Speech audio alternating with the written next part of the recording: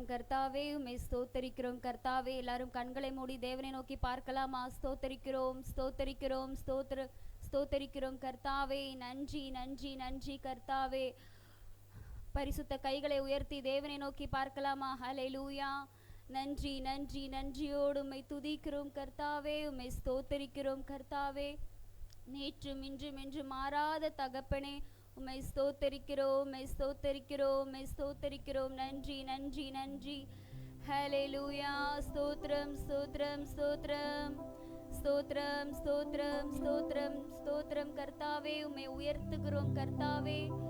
ஏசப்பா, இரக்கத்தில் ஐஸ்வர்யம் உள்ள தெய்வமே, உம்மை துதிக்கிறோம் உம்மை துதிக்கிறோம். இந்த இரண்டாவது ஆராதனையிலே கர்த்தாவே ஆண்டவரே, எங்கள் மத்திய நீர் வந்ததற்காக உம்மை துதிக்கிறோம் கர்த்தாவே ராஜா.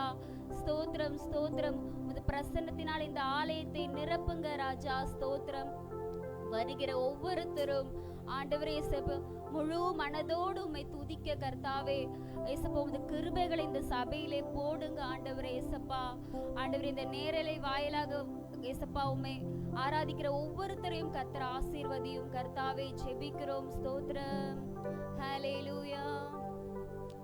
மேகமே, மகிமையின் மேகமே, இந்த நாளிலே இறங்கி வாருமே. மேகமே, மகிமையின் மேகமே, வந்தால் போதுமே, எல்லாம் நடக்குமே. மேகமே, மகிமையின் மேகமே, இந்த நாளிலே இறங்கி வாருமே.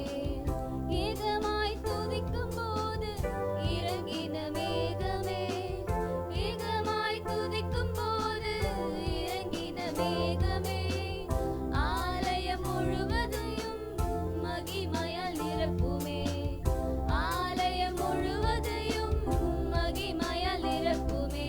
மேகமே, மகிமையின் மேகமே, இந்த நாளிலே இறங்கி வாருமே. மேகமே, மகிமையின் மேகமே, வந்தால் போதுமே, எல்லாம் நடக்குமே. வானம் திறக்கணும், தெய்வம் பேசணும். வானம் திறக்கணும், தெய்வம் பேசணும். நேசர் மகன் என்று நித்தம் சொல்லணும். நேசர் மகன் என்று நித்தம் சொல்லணும். மேகமே, மகிமையின் மேகமே, இந்த நாளிலே இறங்கி வாருமே. மேகமே, மகிமையின் மேகமே, வந்தால் போதுமே, எல்லாம் நடக்குமே. மறுரூபமாக்கிடும் மகிமையின் மேகமே, மறுரூபமாக்கிடும் மகிமையின் மேகமே, முகங்கள் மாறணுமே, ஒளிமயமாகணுமே. முகங்கள் மாறணுமே, ஒளிமயமாகணுமே. மேகமே, மகிமையின் மேகமே, இந்த நாளிலே இறங்கி வாருமே. மேகமே, மகிமையின் மேகமே, வந்தால் போதுமே, எல்லாம் நடக்குமே. ஸ்தோத்தரிக்கிறோம் ஸ்தோத்தரிக்கிறோம். எல்லாரும் கண்களை மூடி இந்த ஆராதனை ஆசீர்வதிக்க வேண்டும் என்று கர்த்தரை நோக்கி பார்க்கலாம். கர்த்தாவே, உம்மை துதிக்கிறோம் கர்த்தாவே. இந்த இரண்டாவது கர்த்தாவே ஆராதனை கர்த்தர் ஆசீர்வதிப்பீராக ராஜா. வருகிற ஆத்துமாக்களை துரிதமாய் கூட்டி வாருங்க ஆண்டவரே இயேசப்பா. ஒவ்வொரு பகுதியிலும் உங்க பிரசன்னத்தை நாங்கள் எதிர்பார்க்கிறோம் கர்த்தாவே. ஆண்டவரே இயேசப்பா, பாடல் துதி ஆராதனையிலும் ஆண்டவரே, தெய்வ செய்தியிலும் ஜெபத்திலும் காணிக்கை பகுதிகளிலும் தெய்வ கரம் எங்களோடு கூட இருந்து செயல்படட்டும் ஆண்டவரே. வருகிற ஒவ்வொரு ஆத்துமாக்கள் தகப்பனே, நன்றி பலியோடு உம்மை துதிக்க கர்த்தர் கிருபை பாராட்டுங்க இயேசப்பா. இங்க இருந்து கடந்து போகிற ஒவ்வொரு ஆத்துமாக்களும் சமாதானத்தோடு கடந்து போக உதவி செய்யுங்க. மீதியான வேலைகளை பொறுப்படுத்தி வழிநடத்துங்க. இயேசு கிறிஸ்துவின் மூலம் ஜெபிக்கிறேன் ஜீவனுள்ள பிதாவே, ஆமென். ஹல்லேலூயா. கரங்களை உயர்த்தி ஹல்லேலூயா சொல்றீங்களா? கர்த்தர் நல்லவர். God is good all the time. All the time God is good. நம்ம 4 மாதங்களை கடந்து வந்திருக்கிறோம். கர்த்தர் நம்முடைய வாழ்க்கையில் அற்புதங்களை செய்திருக்கிறார். நம்ம பாடல்களை பாடி கொஞ்ச நேரம் தேவனை ஆராதித்து இன்றைக்கு நாம் அவருடைய வார்த்தையை கேட்கலாம். எல்லாருக்கும் தெரிந்த அருமையான பாடல், நன்றி நிறைந்த இதயத்தோடு நாதன் இயேசுவை நான் பாடிடுவேன். தெரிந்த பாடல், கரங்களை தட்டி உற்சாகமாய் பாடுவோம். பெரிய காரியங்களை செய்வார்.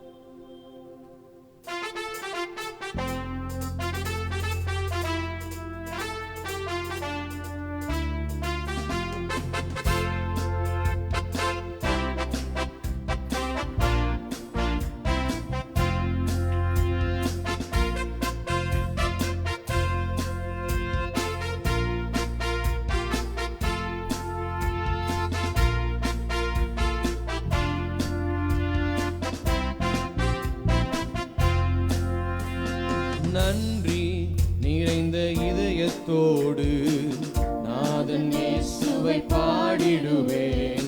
நன்றி நிறைந்த இதயத்தோடு நாதன் இயேசுவை பாடிடுவேன். நன்றி பலிகள் செலுத்தினார், வாழ்நாளெல்லாம் உம்மை ஆராதிப்பேன். நன்றி பலிகள் செலுத்தினார், வாழ்நாளெல்லாம் உம்மை ஆராதிப்பேன்.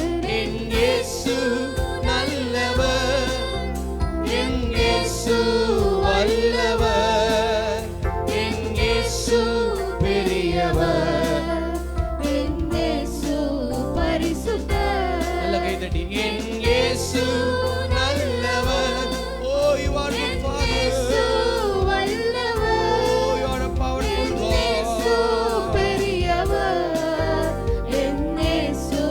பரிசுத்தர். நான் நடந்து வந்த பாதைகள் கரடு முரடானவை, நான் நடந்து வந்த பாதைகள் கரடு முரடானவை. என்னை தோளில் தூக்கி சுமந்த அவர் அன்பை மறப்பேனோ, என்னை தோளில் தூக்கி சுமந்த அவர் அன்பை மறப்பேனோ. என் இயேசு நல்லவர், என் இயேசு வல்லவர். நல்ல கைதட்டி, என் இயேசு பெரியவர், என் இயேசு பரிசுத்தர். நல்லவர் ஆண்டவரே. நல்லவர், என் இயேசு வல்லவர், என் இயேசு பெரியவர், என் இயேசு பரிசுத்தர். என் போக்கிலும் எந்தன் வரத்திலும் என் இயேசுவே பாதுகாப்பு. என் போக்கிலும் எந்தன் வரத்திலும் என் இயேசுவே பாதுகாப்பு. என் கால்கள் சறுக்கின நேரம் அவர் கிருபை தாங்கினதே.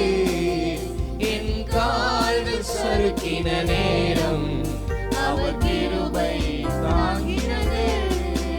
என் இயேசு நல்லவர், என் இயேசு வல்லவர், என் இயேசு பெரியவர், என் இயேசு பரிசுத்தர். இன்னொரு விஷயம், என் இயேசு நல்லவர், என் இயேசு வல்லவர், என் இயேசு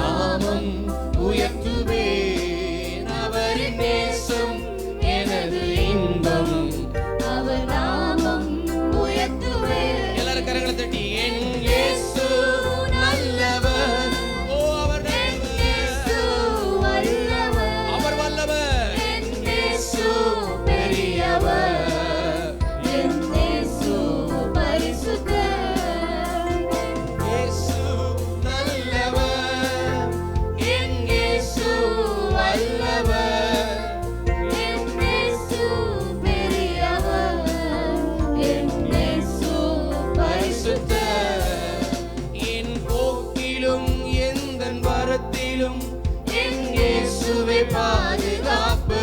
உண்மைதானே? என் போக்கிலும் எந்த மரத்திலும் என் இயேசுவே பாதுகாப்பு.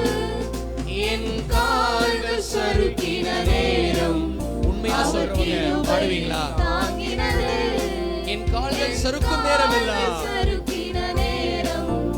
அவர் கிருபை தாங்கினதே. எல்லாரும் கரங்களை தட்டி என் இயேசு நல்லவர், என் இயேசு வல்லவர், ஓ எங்கள் இயேசு பெரியவர், பெரியவர், என் இயேசு பரிசுத்தர். சொல்லுவீங்களா? என் இயேசு நல்லவர், எங்கள் இயேசு வல்லவர்,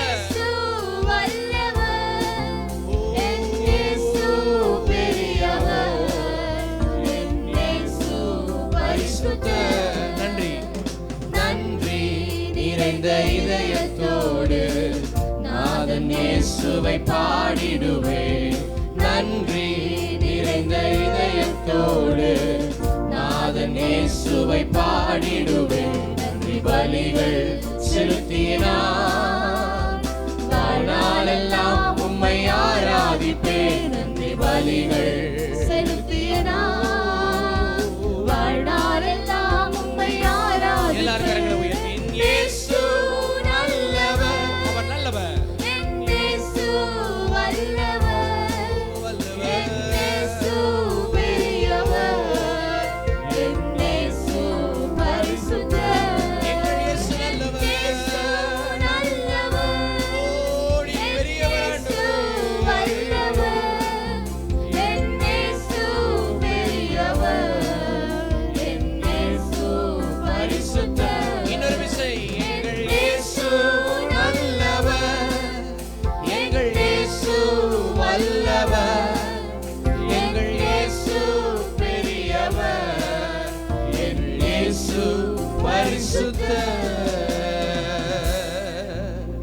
கரங்களை தட்டி கர்த்தர் நாமத்தை மகிமைப்படுத்துவீங்களா?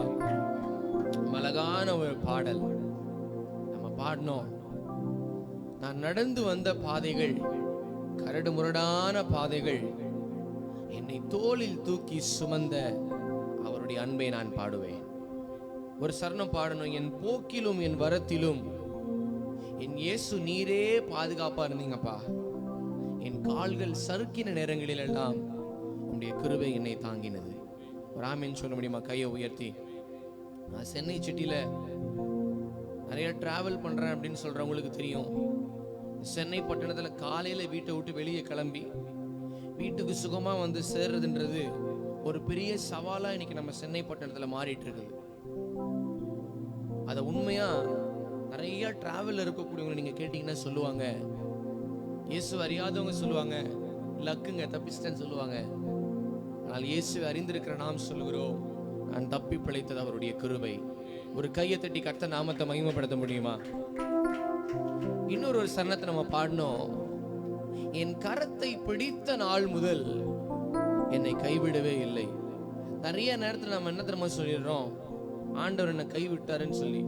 நான் சொல்றேன், ஆண்டவர் கைவிட்டார் அப்படின்னா நம்ம மேல பூமியில உயிரோட வாழவே முடியாது. அவர் நம்ம மேல நினைவுள்ளவராக தான் இருக்கிறார். சில நேரத்துல ஆண்டவர் நம்மோடு கூட இல்லாதது போல நாம தான் அப்படி நினைக்கிறோம். ஆனா கர்த்தர் நம்ம கூட தான் இருக்கிறார். அதுக்கு ஒரு நல்ல உதாரணம் என்ன தெரியுமா? இயேசு கிறிஸ்து படகுல தான் தூங்கிக்கிட்டு இருந்தாரு, ஆனா அவர் படகுல தான் இருந்தாரு. சில நேரத்துல தேவனுடைய வல்லமையை நம்ம பார்க்க வேண்டும் என்பதற்காக அவர் நம்முடைய வாழ்க்கை படகுல சில நேரத்தில் அமைதியா இருக்கிறார். படகுல தான் இருக்கிறார், அவர் எங்கேயும் போகல. அவர் படகுல இருந்து போயிருந்தாருன்னா அன்னைக்கு அந்த படகு அந்த சமுத்திரத்துல மூழ்கி இருக்கும். படகுலே தான் இருந்தார். அதே போல உங்களோடு கூட தான் அவர் இருக்கிறார். அவர் உங்களை விட்டு விலகல, உங்களை கைவிடல. உங்களோடு கூடவே தான் கர்த்தர் எப்பொழுதும் இருக்கிறார். எப்போதும் கர்த்தர் உங்களோட கூட தான் இருப்பார். அதுல எந்த மாற்றமே இல்லை. ஆனா ஒண்ணு நீங்களும் நானும் மறந்துடக்கூடாது. அவர் நம்ம என்னைக்கு கையை பிடிச்சாரோ, என்னைக்கு திரும்ப நம்ம கர்த்தர் நம்மளை கையை பிடிச்சார். சில சொல்லுவாங்க, நான் ரட்சிக்கப்பட்ட போது கர்த்தர் என்னை பிடிச்சிட்டார். அப்படி இல்லை. நீங்க உங்க தாயின் கற்பத்துல உருவாவதற்கு முன்னமே ஆண்டவர் உங்களை பெயர் சொல்லி அழைத்து அறிந்து அன்னைக்கு அவர் என்ன பண்ணிட்டாரா? உங்களுடைய வலது கையை கர்த்தர் பிடிச்சிட்டாராம். அவர் எப்போ உங்களை கை விடுவார் தெரியுமா? கை விட மாட்டாரு. உங்களுடைய மரணம் இந்த பூமியில வரும்போது மாம்ச பிரகாரமான உங்க கையை பிடிச்சு ஆண்டவர் விட்டுருவாரு. கர்த்தர் உங்களுடைய ஆவியை பிடித்துக் கொள்ளுவார். அவர் என்றைக்கும் எந்த மனிதனையும் கைவிடாதவர், விட்டு விலகாதவர். அதனாலதான் பாடணும், என்னை கைவிடவே இல்லை. ரொம்ப அழகான ஒரு வார்த்தை கீழே போட்டிருக்கு, அவருடைய நேசம் அதுதான் எனக்கு எப்போதுமே இன்பம், அதனால அவருடைய நாமத்தை நான் உயர்த்துவேன். ஆமீன் சொல்லுவீங்களா? கையை உயர்த்தி நம்ம அதே நன்றி உள்ள இருதயத்தோடு கூட கொஞ்ச நேரம் நான் எழும்பி நின்று கர்த்தரை ஆராதிக்கலாம். எழும்பி நின்று என்னோடு கூட சேர்ந்து நீங்க கர்த்தரை ஆராதிப்பீங்களா? எங்களோட கர்த்தருடைய பிள்ளைங்க, சபையில் இருக்கக்கூடிய நீங்களும், நேரலையில் இணைந்திருக்கக்கூடிய தேவ பிள்ளைகளும் கூட நீங்க எல்லாரும் கர்த்தரை இன்னைக்கு ஆராதிங்க. 2024வது வருஷத்துல 4 மாசத்தை முடிச்சிருக்கிறோம் தேவ பிள்ளைகளே. சாதாரண இல்லை, ரொம்ப நம்ம சுலபமா அந்த வருஷத்தை கடந்து வரல. உன்னை நீங்க மறக்க கூடாது. இந்த ஜனவரி மாசம் தொடங்கி இந்த ஏப்ரல் மாதம் இந்த 28ஆம் தேதி வரை இந்த உலகம் எத்தனையோ நாச மோசங்களை சந்தித்திருக்கிறது. இந்த உலகத்திலே வாழக்கூடிய மனிதர்கள் எத்தனையோ இக்கட்டான சூழ்நிலையை இப்போது சந்திச்சுக்கிட்டே இருக்கிறாங்க. ஆனால் அதே விதமான உலகத்துலதான் நீங்களும் நானும் வாழுகிறோம். உங்களுக்கும் எனக்கும் எத்தனையோ விதமான பலவீனங்களும் உண்டு. உங்களுக்கும் எனக்கும் எத்தனையோ விதமான சுகவீனங்கள் வரத்தான் செய்கிறது வாழ்க்கையில. ஆனா ஒண்ணு நம்முடைய வாழ்க்கையில நடக்கல. மற்ற எல்லாருக்கும் எப்படி நடந்துச்சோ அதே மாதிரி கர்த்தர் நம்முடைய வாழ்க்கையில நமக்கு அனுமதிக்கல. கர்த்தர் இன்றைக்கும் உங்களுக்கும் எனக்கும் நல்ல ஜீவனை கொடுத்திருக்கிறார். ஒரு கைகளை தட்டி அதற்காக கர்த்தர் நாமத்தை நீங்க மகிமைப்படுத்துவீங்களா? ஹல்லேலூயா. அதனால நம்ம கரங்களை உயர்த்தி நீங்க அப்பாவுக்கு நன்றி சொல்லலாமா? Lift up your hands and say, thank you Lord, thank you Father. உமக்கு நன்றி தகப்பனே. நாங்கள் கடந்து வந்த பாதைகளை சற்று திரும்பி பார்க்கிறோம். நாங்கள் கடந்து வந்த கரடுமுரடான பாதைகளை நாங்கள் கொஞ்சம் திரும்பி பார்க்கிறோம்பா. நாங்கள் நடந்து வந்த பாதைகளை சற்று சிந்தித்து பார்க்கிறோம் ஆண்டவரே. எங்களுடைய வாழ்க்கை பயணத்திலே மேகத்தூணா எங்களுக்கு முன்பாக கடந்து சென்று கோணலானவைகளை கர்த்தர் செவ்வையாய் மாற்றி, கரடு முரடானவைகளை கர்த்தர் சமமாய் மாற்றி, நம்முடைய பாதங்கள் கல்லுகளிலே அல்ல, முள்ளுகள் நிறைக்கப்பட்ட பாதைகளிலே அல்ல, சமமான பாதைகளை கர்த்தர் நம்மை நடத்தி கொண்டு வந்திருக்கிறார். ஆமென் ஒத்துக்கொள்கிறவங்க உங்க கையை இன்னொரு விசை தட்டி கர்த்தர் நாமத்தை மகிமைப்படுத்த முடியுமா? நன்றி ஆண்டவரே.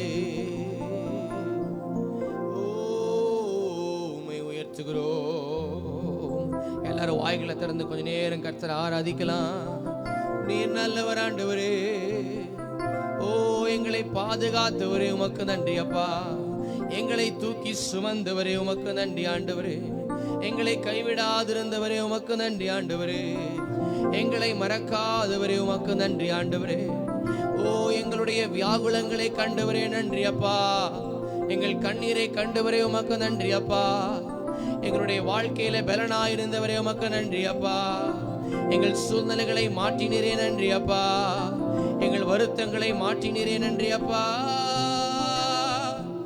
Oh, we thank you Lord. Oh, we thank you Master. Oh, we thank you Father. Thank you for your mercy Lord. Oh, thank you for your goodness. நன்மைகளுக்காக நன்றி ஆண்டவரே. இரக்கத்தில் ஐஸ்வர்யம் உள்ளவர் என்று எழுதப்பட்ட வார்த்தையின்படியே கர்த்தர் அடியேன் மேலும் என்னுடைய குடும்பத்தின் மேலும் இரக்கம் உள்ளவரா இருக்கிறதற்காக நன்றி ஆண்டவரே. நன்றி சொல்லுகிறோம் ஆண்டவரே. நன்றி சொல்ல வார்த்தைகள் இல்லையே. நன்மைகளை செய்தவரே நன்றி அப்பா. வாழ்நாளெல்லாம் மறக்க முடியாத நன்மைகளை செய்திருக்கிறீரே. வாழ்நாளெல்லாம் சொல்லி முடியாத நன்மைகளை செய்திருக்கிறீரே. எத்தனை நல்லவர், எத்தனை பெரியவர். எல்லாரும் என் கூட நான் கர்த்தரை ஆராதிக்க விரும்புறேன்னு சொல்றவங்க எல்லாம் நீங்க கர்த்தரை இன்னைக்கு ஆராதிக்க போகிறீங்க.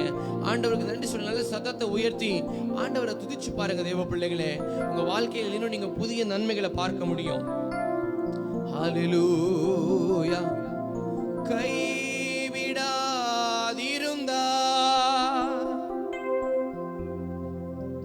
கைவிடாதிருந்தா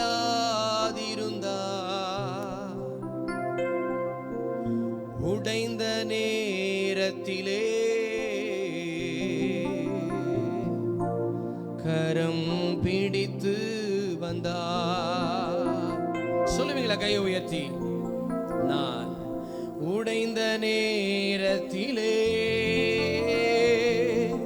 நான் உடைந்த நேரத்திலே, நான் சோர்ந்து போன நேரத்திலே, நான் கலக்கமடைந்த நேரத்திலே, நான் துக்கமடைந்த நேரத்திலே, நான் உடைந்து சுக்குநூறாய் வாழ்க்கை முடிந்தது என்று நினைத்த நேரிலே என் ஆண்டவர் என்னை பார்த்து சொன்னீர், என் மகனே பயப்படாதே, எல்லாம் முடிந்து போகவில்லை, இனிமேதான் உன்னுடைய வாழ்க்கையில ஆரம்பம் இருக்கிறது என்று சொல்லி உடைந்து போயிருந்த என்னை தட்டி கொடுத்து, சோர்ந்து போயிருந்த என்னுடைய இருதயத்தை கர்த்தர் காயம் கட்டி என்னை எழும்பி நின்று நடக்க பண்ணிருக்கிறீரே.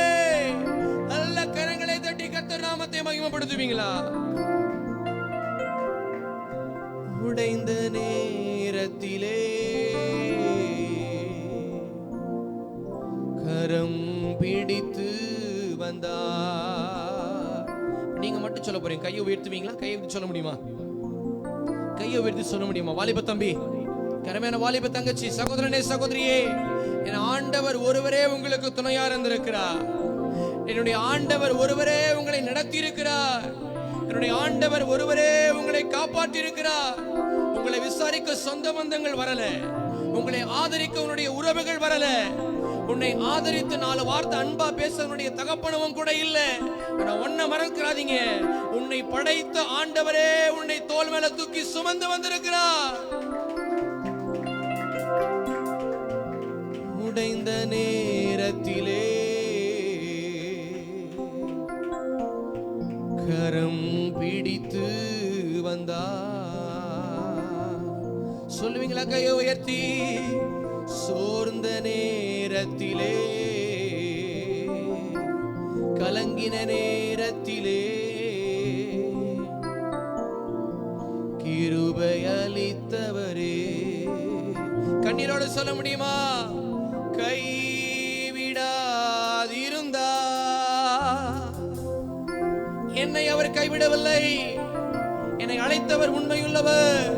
என் குடும்பத்தை கர்த்தர் கைவிடவில்லை. என் பிள்ளைகளை கர்த்தர் கைவிடவில்லை. என் சபையை கர்த்தர் கைவிடவில்லை. என் ஊழியத்தை கர்த்தர் கைவிடவில்லை. என் சந்ததிகளை கர்த்தர் கைவிடவில்லை. ஆண்டவர் என்னை நடத்தி வந்திருக்கிறார் என்று சொல்லுகிறவர்கள் இன்னும் ஒரு விசை கரங்களை தட்டி உன் தோல்விகளை ஜெயமாய் மாற்றுகிற கர்த்தர் சொல்லுகிறார், நான் உன்னோடு கூட இருந்து உன்னை கொண்டு நான் செய்கிற காரியங்கள் பயங்கரமா இருக்கும். அல்ல கையை தட்டி கர்த்தர் நாமத்தை மகிமைப்படுத்துவீங்களா? ஓ ஆண்டவரே, ஆண்டவரே,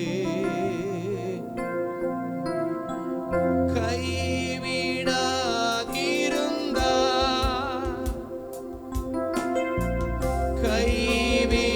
கைவிடாதிருந்தா உடைந்த நேரத்திலே கரம் பிடித்து வந்தா. 2 கையை உயர்த்தி சொல்லுவீங்களா? உடைந்த நேரத்திலே கரம் பிடித்து வந்தா. கைவிடாதிருந்தா,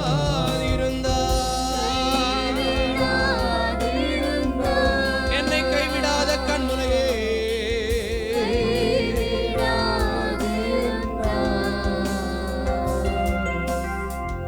உடைந்த நேரத்திலே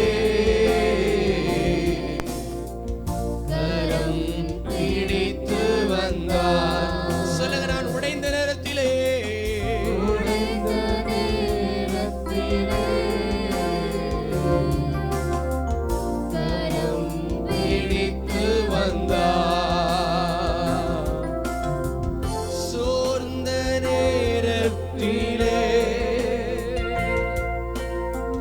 பலன் தந்தவரே. உண்மையாய் உணர்கிறவர்கள் சோர்ந்த நேரத்திலே பலன் தந்தவரே.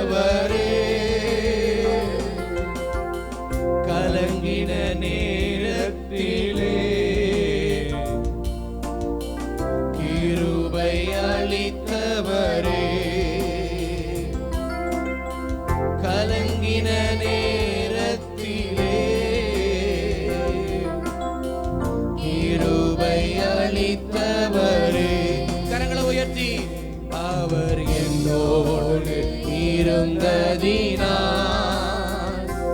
கைவிடாமல் காத்து வந்தார். உண்மையா சொல்றவங்க எல்லாம் கையை உயர்த்தி உள்ளத்தின் ஆழத்திலிருந்து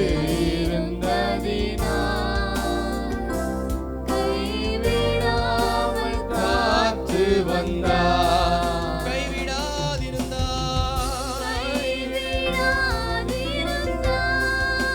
எல்லாரும் சொல்லுங்க பாப்போம்.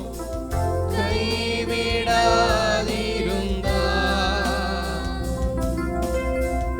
உடைந்த நேரத்திலே கரம் பிடித்து வந்தார். நாங்கள் உடைந்த நேரத்திலே ஆண்டவரே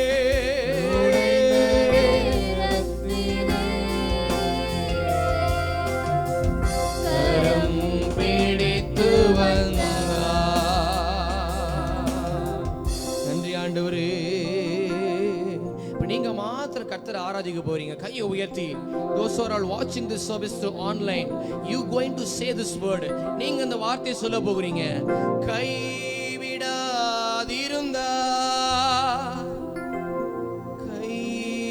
கைவிடாதிருந்தா உடைந்த நேரத்திலே கரம் பிடித்து வந்தார். எத்தனை பேர் இந்த வார்த்தை சொல்ல? நான் உடைந்து போன நேரத்தில் ஆண்டவரே, நான் சோர்ந்து போன நேரத்தில் எல்லாம் ஆண்டவரே, நாங்கள் குடும்பமாய் இனி பிழைப்பதற்கு வழி இல்லை என்று நினைத்த நேரங்களிலே ஆண்டவரே, உம்முடைய வார்த்தை எங்களை தேற்றினதே, உம்முடைய வார்த்தை எங்களை வாழ வைத்ததே, உம்முடைய வார்த்தை எங்களை தூக்கி நிறுத்தியதே ஆண்டவரே. நல்ல கரங்களை தட்டி கர்த்தர் நாமத்தை மகிமைப்படுத்துவீங்களா? தேவனுடைய வார்த்தை இன்றைக்கு உங்களையும் என்னையும் கட்டி எழுப்பி இருக்கிறது. பிடித்து வந்தார். சகோதரி, நீங்க சோர்ந்து போகும்போது உங்களை ஆறுதல் படுத்த உங்கள் உறவுகள் வரல. நீங்கள் உடைந்து சோர்ந்து போயிருந்த பொழுது, என் வாழ்க்கை முடிந்தது என்று நினைத்த பொழுதெல்லாம் நீங்கள் நம்பின உறவுகள் உங்களுக்கு ஆறுதலா இல்லாம போனார்கள். ஆனால் உங்களை பெயர் சொல்லி அழைத்தவரோ உங்களை அவர் கைவிடவில்லை, உங்களை அவர் கைவிடவில்லை. நல்ல கரங்களை தட்டி கர்த்தருக்கு ஒரு மகிமை செலுத்துவீங்களா? அதனாலதான் பாடுகிறோம். கரம் பிடித்து வந்தீங்களே ஆண்டவரே,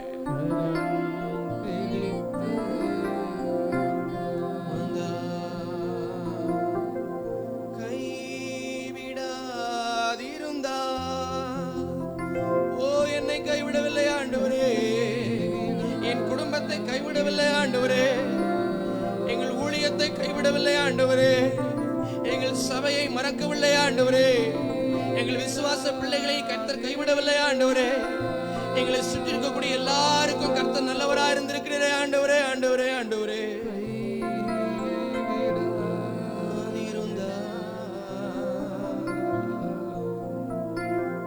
உடைந்த நேரத்திலே கரம் பிடித்து வந்தார். தேவன் நல்லவர். நாம் ஆராதிக்கிற ஆண்டவரை போல இரக்கம் உள்ளவர், நாம் ஆராதிக்கிற ஆண்டவரை போல ஒரு கருசனை உள்ள தெய்வம், நாம் ஆராதிக்கிற ஆண்டவரை போல ஒரு நல்ல அக்கறை உள்ள ஒரு தெய்வத்தை அந்த பூமியில நீங்க கண்டுபிடிக்க முடியாது. உன் உறவுகள் உன்னை மறந்தது, உன் சொந்த பந்தங்கள் உன்னை வெறுத்தது, எல்லாரும் உன்னை விட்டு விலகி ஓடினார்கள். ஆனால் தாயின் கர்ப்பத்தில் உன்னை கண்டுபிடித்தவரோ, உன்னை பெயர் சொல்லி அழைத்தவரோ இம்மட்டும் உன்னை நடத்தி வந்திருக்கிறார். அவர் எபினேசர், இதுவரை உதவினவர், இனிமேலும் உங்களுக்கு உதவி செய்வார். இன்னும் ஒரு விசை கரங்களை தட்டி கர்த்தர் நாமத்தை நீங்க மகிமைப்படுத்துவீங்களா? நன்றி ஆண்டவரே.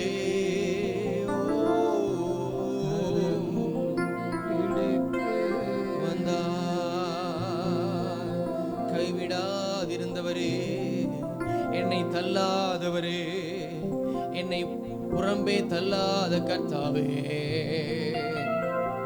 2 நிமிஷம் கைகளை உயர்த்தி ஆண்டவருக்கு நன்றி சொல்லி முடிக்க போகிறோம். கைகளை உயர்த்துவீங்களா? நன்றி ஆண்டவரே, நன்றி ஆண்டவரே. நான் தனிமையாய் போராடி கொண்டிருக்கிறேன்ப்பா, நான் தனிமையாகவே போராடி கொண்டிருக்கிறேன். எனக்கு யாருமே உதவி இல்லைன்னு நீங்க சொல்லிட்டு இருக்கிறீங்க. அதையே நீங்க சொல்லிட்டு தான் சபைக்கு வந்திருக்கிறீங்க. கர்த்தர் சொல்றாரு, யாருமே இல்லாத ரூத்துனுடைய வாழ்க்கையை நான் கட்டி எழுப்பினேன். யாருமே இல்லாதிருந்த எஸ்தருடைய வாழ்க்கையை நான் கட்டி எழுப்பினேன். உன்னை கட்டி எழுப்புவது எனக்கு லேசான காரியம். உன்னை நான் கட்டி எழுப்புவது எனக்கு லேசான காரியம். உன்னை உயர்த்துவது எனக்கு லேசான காரியம். உன்னை கனப்படுத்துவது எனக்கு லேசான காரியம். உன்னை உயர்த்துவது எனக்கு லேசான காரியம்.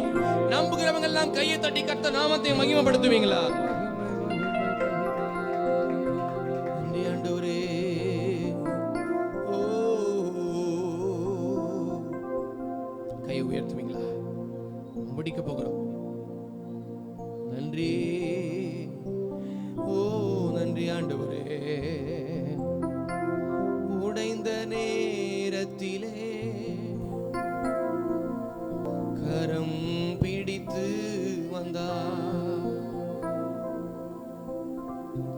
சாரிபாத் விதவை என்ன செஞ்சாங்க அப்படின்னா, நானும் என் பிள்ளையும் சாக போகிறோம் என்று சொல்லி விறகு பொறுக்கி கொண்டிருக்கும் பொழுதுதான் தேவ மனிதன் அங்கே அனுப்பப்படுகிறார்.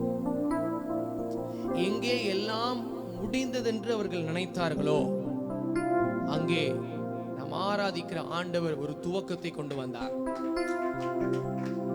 அந்த கொஞ்ச எண்ணெயையும் மாப்ப செய்யக்கூடிய அந்த தொட்டியையும் கர்த்தர் கரம் நீட்டி ஆசீர்வதித்தார்.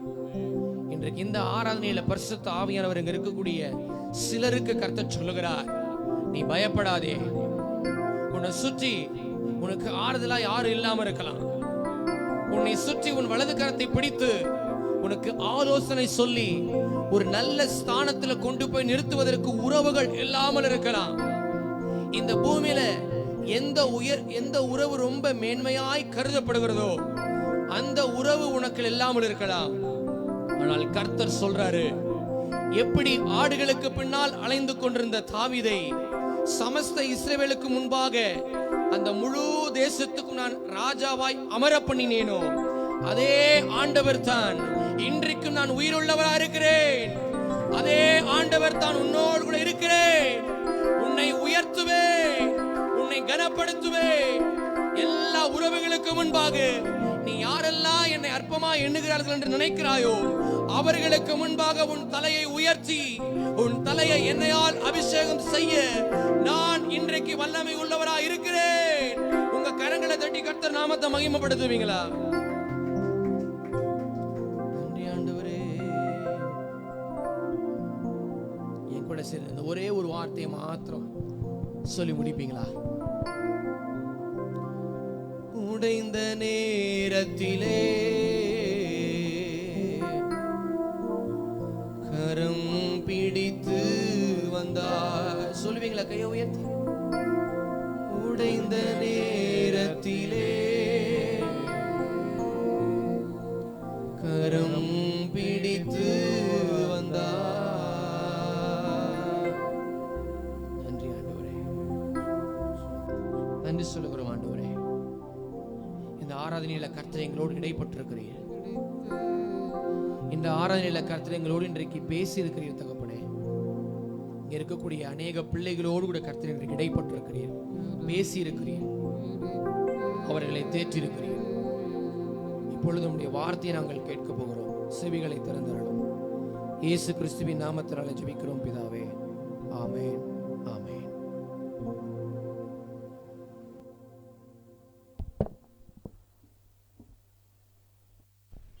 உட்கார்ந்து கொள்ளுவோம்.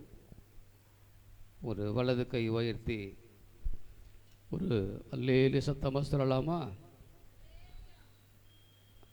எல்லாரும் சத்தமாக அல்லேலூயா சொல்லலாமா?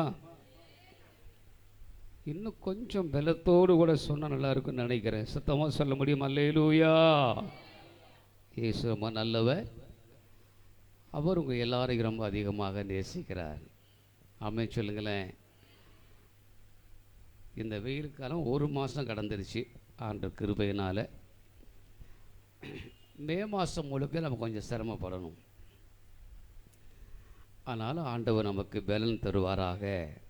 ஆமென் சொல்லுங்க. ஹல்லேலூயா. அவங்க எல்லாருக்கும் வாழ்த்து சொல்கிறேன். நேரலையில் இருக்கக்கூடிய உங்களுக்கும் என்னுடைய அன்பின் வாழ்த்துக்களை சொல்லுகிறேன். ஆண்டுடைய பிள்ளைகள், நீங்கள் அறிந்து கொள்ள வேண்டியது, இன்றைக்கு சாயங்காலம் மாலை 6:30 மணிக்கு அற்புத சுகமளிக்கும் ஆராதனை நடைபெறும். அதில் வந்து பங்கு பெறுங்கள். கர்த்தர் உங்களை ஆசீர்வதிப்பாராக.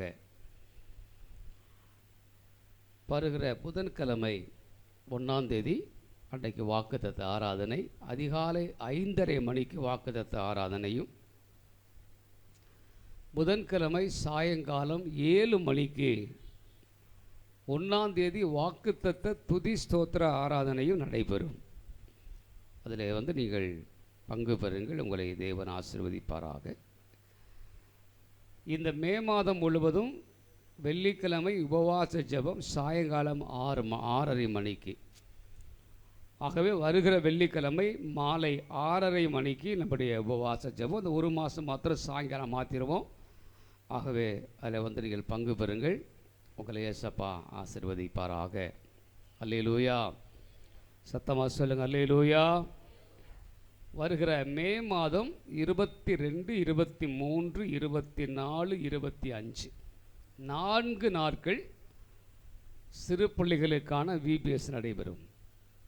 3 நாட்கள் மாலை 4 மணி முதல் 6 மணி வரையும், சனிக்கிழமை மாத்திரம் காலையில் 10 மணியிலிருந்து 1 மணி வரையிலையும். ஆகவே இந்த 4 நாட்கள் VBSக்காக ஜெபித்துக் கொள்ளுங்கள். பிள்ளைகளை இப்போவே நீங்கள் உங்களுடைய ஏரியாக்களில் ஆயத்தப்படுத்துங்க. அந்த VBSக்கான நோட்டீஸ் மற்ற காரியங்கள் எல்லாம் உங்களுக்கு வருகிற நாட்களில் கொடுக்கப்படும். அதில் பணிபுரிக வருகிற டீச்சர்ஸாக வருகிற பிள்ளைகளுக்கான புக்ஸு, உங்களுக்கான பாட்டு இப்போவே நீங்கள் ப்ராக்டிஸ் பண்ண தொடங்கிடுங்க. அதெல்லாம் ரெடி ஆயிடுச்சு, வாங்கிட்டு வந்தாச்சு. அதில் நீங்கள் போகும்போது அக்காவை பார்த்து நீங்கள் அதை பார்த்தீங்கன்னாங்கிறத பேசிட்டு போயிடுங்க. ஆண்டவர் உங்களுக்கு உதவி செய்வார். ஆக VBSக்காக ஜெபிச்சுக்கங்க. எல்லா விசுவாச பிள்ளைகளும் அதில் வந்து பங்கு பெற வேண்டும். நம்ம இந்த வருஷத்தில் 100 பிள்ளைகள் எதிர்பார்க்கிறோம். இந்த 100 பிள்ளைகள் எதிர்பார்க்கறது மட்டும் இல்லை, அந்த 100 பிள்ளைகளை கொண்டு வந்து சேர்க்கணும். அதுக்கு நம்ம ப்ரொமோட் ஒர்க் பண்ணணும். ஆகவே நீங்களும் ஆயத்தப்பட்டு கொள்ளுங்கள், பிள்ளைகளையும் ஆயத்தப்படுத்துங்கள். ஏசப்பா உங்களை ஆசீர்வதிப்பாராக. இதற்கான தேவைகள் உண்டு, அதெல்லாம் பற்றி பேச அவங்க நேரம் இல்லை. VBSனுடைய மொத்த தேவை 25,000 ரூபாய், 24,000 ரூபாய் என்னுடைய பட்ஜெட்டு. அந்த 24,000 ரூபாயை கர்த்தரை சந்திக்கணும். ஒவ்வொரு நாளும் பிள்ளைகளுக்கு கொடுக்க வேண்டிய ஸ்நாக்ஸ் ப்ளஸ் அந்த பிள்ளைகளுக்கான கூல்ட்ரிங்க்ஸ் மற்ற காரியங்களை 4 நாளும் ஒரு நாளைக்கு 2 நேரம் கொடுக்க வேண்டும். அதை கொடுப்பதற்கு ஒவ்வொரு வாரமும், அதாவது ஒவ்வொரு நாளும் ஒவ்வொருத்தர் பொறுப்படுத்திக்கிட்டாங்கன்னா எனக்கு ஒரு பெரிய செலவு குறைஞ்சிரும். அதனால் நீங்கள் வந்திருக்கக்கூடிய நீங்கள் ஒவ்வொரு நாள் பொறுப்படுத்துக்கங்க. இன்றைக்கி நான் செஞ்சிடறேன், இன்றைக்கி நாங்கள் செஞ்சிடறேன். நீங்களே உங்கள் வீட்டில் செஞ்சிட்டீங்கன்னா பண்ணலாம். நீங்கள் ஒரு மோரோ இல்லாவிட்டால் ஒரு ரசனாவோ இல்லாவிட்டால் ஒரு ரோஸ் மில்க்கோ ஏதோ ஒன்று இந்த பிள்ளைகளுக்கு நீங்கள் கொடுக்க அவங்க நல்லா பண்ணிங்க. உங்களை ஆயத்தப்படுத்திக் கொள்ளுங்கள். மீதமுள்ள பண தேவைகளை ஆண்டவர் சந்திக்க ஜெபம் பண்ணிக்கங்க. கர்த்தர் உங்களை ஆசீர்வதிப்பாராக. ஆண்டோடைய பிள்ளைகளுக்கு இந்த காலையிலே முதல் ஆராதனையிலே கொஞ்சம் அதிகமாக பேசுகிறேன், 2வது ஆராதனையில் அதிகமாக பேச முடிகிறதில்ல. தேவ பிள்ளைகள் ஒவ்வொருவரும் சமயம் வாய்த்தாலும் வாய்க்காவிட்டாலும் சுவிசேஷம் எல்லாருக்கும் சொல்லணும். இயேசு உங்களை நேசிக்கிறாருங்கிற செய்தியை ஒவ்வொருத்தருக்கும் சொல்ல வேண்டிய நம்முடைய கடமை. நீங்கள் கிறிஸ்துவுக்குள்ளே பலப்படுங்க, மற்றவங்களை போய் பலப்படுத்துங்க. நான் ஏற்கனவே சொன்னது போல் சுவிசேஷம் ஊழியம் செய்வதற்கு வேண்டிய கைப்பிரதிகள், புக்ஸு உங்களுக்கு ரொம்ப ஈஸியாக பாக்கெட்டில் வச்சுட்டு கொண்டு போய் ஊழியம் செய்த மாதிரி சின்ன சின்ன குட்டி குட்டி சுவிசேஷ புக்கெல்லாம் ரெடியாக இருக்குது. நான் ஒவ்வொரு வாரமும் சொல்லுகிறேன், உபவாச ஜெபத்தில் பற்றி பேசுகிறேன், புதன்கிழமை ஜெபத்தில் பேசுகிறேன். ஒரு 5 புக்கு கையில் வச்சுக்கோங்க. குட்டி புக்கு தான், சின்ன புக்கு. ஒரு 5 கையில் வச்சுக்கோங்க, இல்லை ஒரு 5 ட்ராக்ஸ் கையில் வச்சுக்கோங்க. நீங்கள் போகிற இடங்களிலே சந்திக்கிற மக்களுக்கு இயேசு உங்களை நேசிக்கிறான்னு சொல்லி கொடுங்க. அதில் யாராகிலும் ஒருவர் பேசுவாங்க. எங்களுக்காக ஜெபம் பண்ணுங்க, ப்ரேயர் பண்ணிக்கங்கன்னு சொல்லுவாங்க. அப்படிப்பட்ட மக்களை கண்டுபிடிச்சு அவங்களுக்கு இயேசுவை பற்றி சொல்லி முடிஞ்ச அவங்களுடைய கான்டாக்ட் நம்பரை நீங்கள் வாங்கி எங்கிட்ட கொடுத்தீங்கன்னா நாங்கள் அவங்கள தொடர்பு கொள்ளுவோம். ஆகவே எல்லாரும் இந்த வேலை செய்யணும். எல்லாரும் ஒவ்வொருத்தருடைய பேக்கிலையும் 5 புக்கு இருக்கணும். ஒவ்வொருத்தருடைய பேக்கிலையும் ஒரு 5 கைப்பிரதி இருக்கணும். நான் இந்த 4 வாரமாக 3 வாரமாக நானே சொல்லிகிட்டே இருக்கிறேன், எடுத்துகிட்டு போங்க, எடுத்துகிட்டு போய் ஊழியம் செய்யுங்கன்னு சொல்லிகிட்டே இருக்கிறேன். சில பேர் ஆராதனை முடிஞ்ச பின்னாடி எடுத்துகிட்டு போயிட்டு ஊழியம் செய்கிறாங்க. பெரும்பாலான பேர் செய்யலை. அப்படி நீங்கள் செய்யலைங்கிற போது நானே வலுக்கட்டாயமாக ஒவ்வொருத்தர் கையிலையும் வாரந்தோறும் ஒரு 5 புக்கு என்ன பண்ண போகிறேன், கொடுத்து அனுப்பி ஊழியம் செய்ய போகிறேன். அதனால் ஊழியம் செய்யுங்க. வாழ்நாள் வாழ்கிற வாழ்க்கை ஒரு வாழ்க்கை தான். இன்றைக்கி நான் காலையில் ஒரு குறிப்பிட்ட செய்தியை பேசினேன். ஒருவேளை இப்பொழுது நான் அதை உங்களுக்கு நான் அந்த வார்த்தை சொல்ல முடியல. ஒருவேளை நான் இன்னொரு சந்தர்ப்பத்தில் உங்களுக்கு நான் அந்த வார்த்தை பிரசங்கிக்கிறேன். அந்த வார்த்தை உங்களுக்கும் தேவை.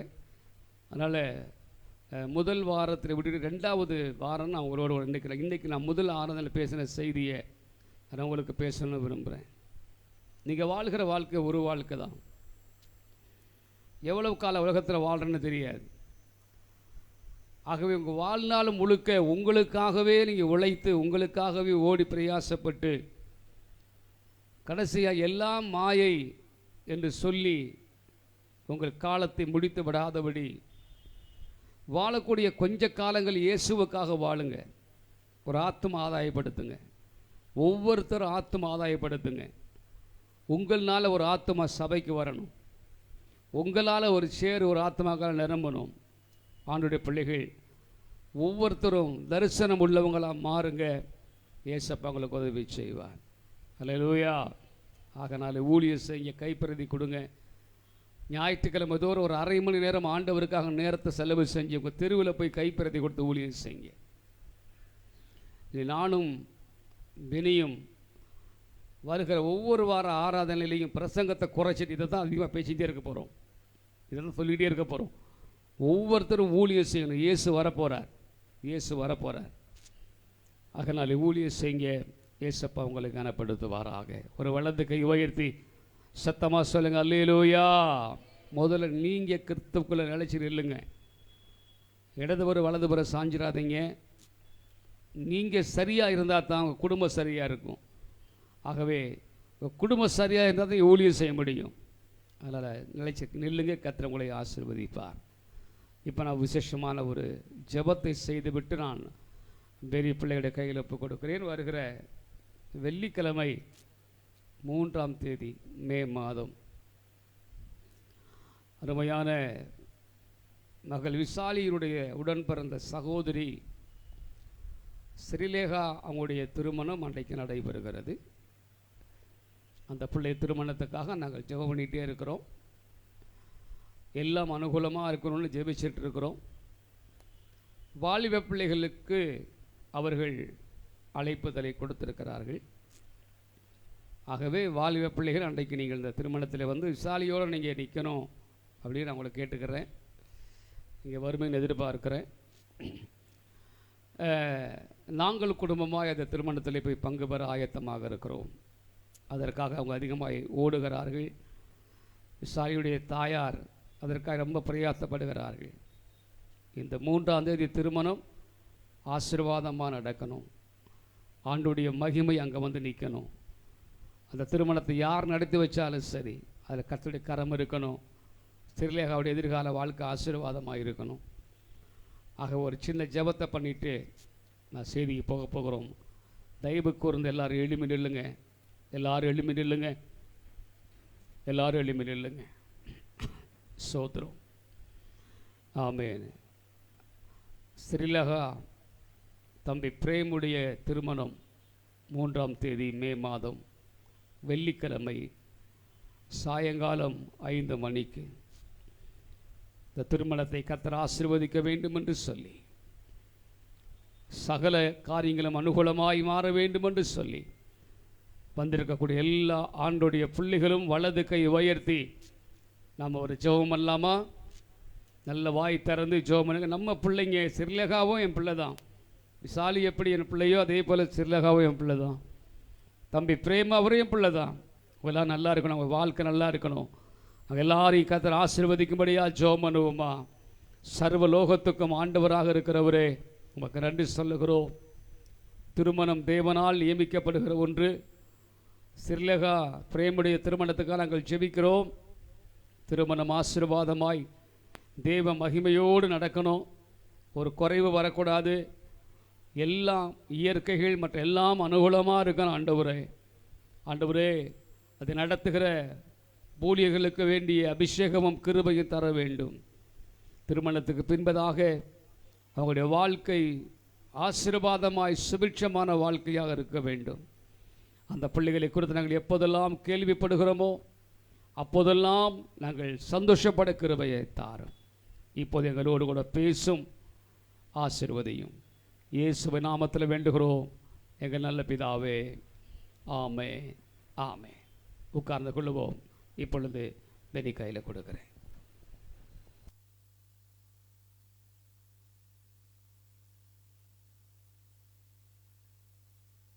ஹல்லேலூயா. கைகளை உயர்த்தி ஒரு அல்லேலூயா சொல்லுவீங்களா? கர்த்தர் நல்லவர். இன்றைக்கு ஆண்டவர் என்னோடு பேசினாருன்னு சொல்கிறவங்கள ஒரு ஆமேன்னு சொல்ல முடியுமா? கர்த்தர் நல்லவர்.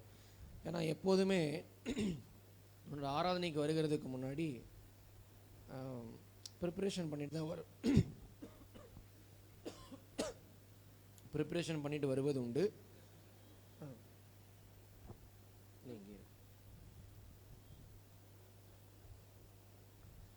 ஒரு ஆமேன்னு சொல்லலாமா? ப்ரிப்ரேஷன் பண்ணிட்டு வருவது உண்டு. அதே போல் முதல் சர்வீஸ் முடிஞ்சோடனே இந்த பாட்டு தான் பாடணும்னு கார்ட்ஸ்லாம் பார்த்துட்டு ப்ராக்டிஸ் பண்ணிட்டு போயிட்டு கொஞ்சம் ஃப்ரெஷ் ஆகிட்டு வரலாம் அப்படின்ட்டு அந்த பாட்டோடு தான் மேலே வந்து ஏறினேன். ஆனால் வேண்டாம், அதை பாடாதன்னு சொல்லிட்டார் ஆண்டவர். அது வேண்டாம், இதை பாடிடு அப்படின்னு.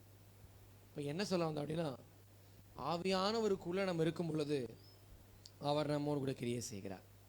ஏன்னா இன்னைக்கு நான் சாரதனையில் பார்த்தேன், அநேகர் இன்றைக்கு கண்ணீரோடு கூட கர்த்தர் ஆராதிச்சிங்க. ஒன்று, உங்களோடு கூட கர்த்தர் இன்றைக்கு பேசினார் என்பதையும் நான் விசுவாசிக்கிறேன். ஹல்லேலூயா. கர்த்தர் நல்லவர் நம்புறீங்களா? கர்த்தர் உண்மையாகவே ரொம்ப நல்லவர்னு சொல்கிறவங்கள ஆமேன்னு சொல்ல முடியுமா? நான் செய்திக்குள்ளே போகிறதுக்கு முன்னாடி ஒரு சம்பவம், ஒரு மனிதனுடைய வார்த்தை நான் சொல்லி நம்ம கூட இருக்கிற கர்த்தர் எத்தனை பெரியவர் என்கிறத நான் உங்களுக்கு சொல்ல விரும்புகிறேன்.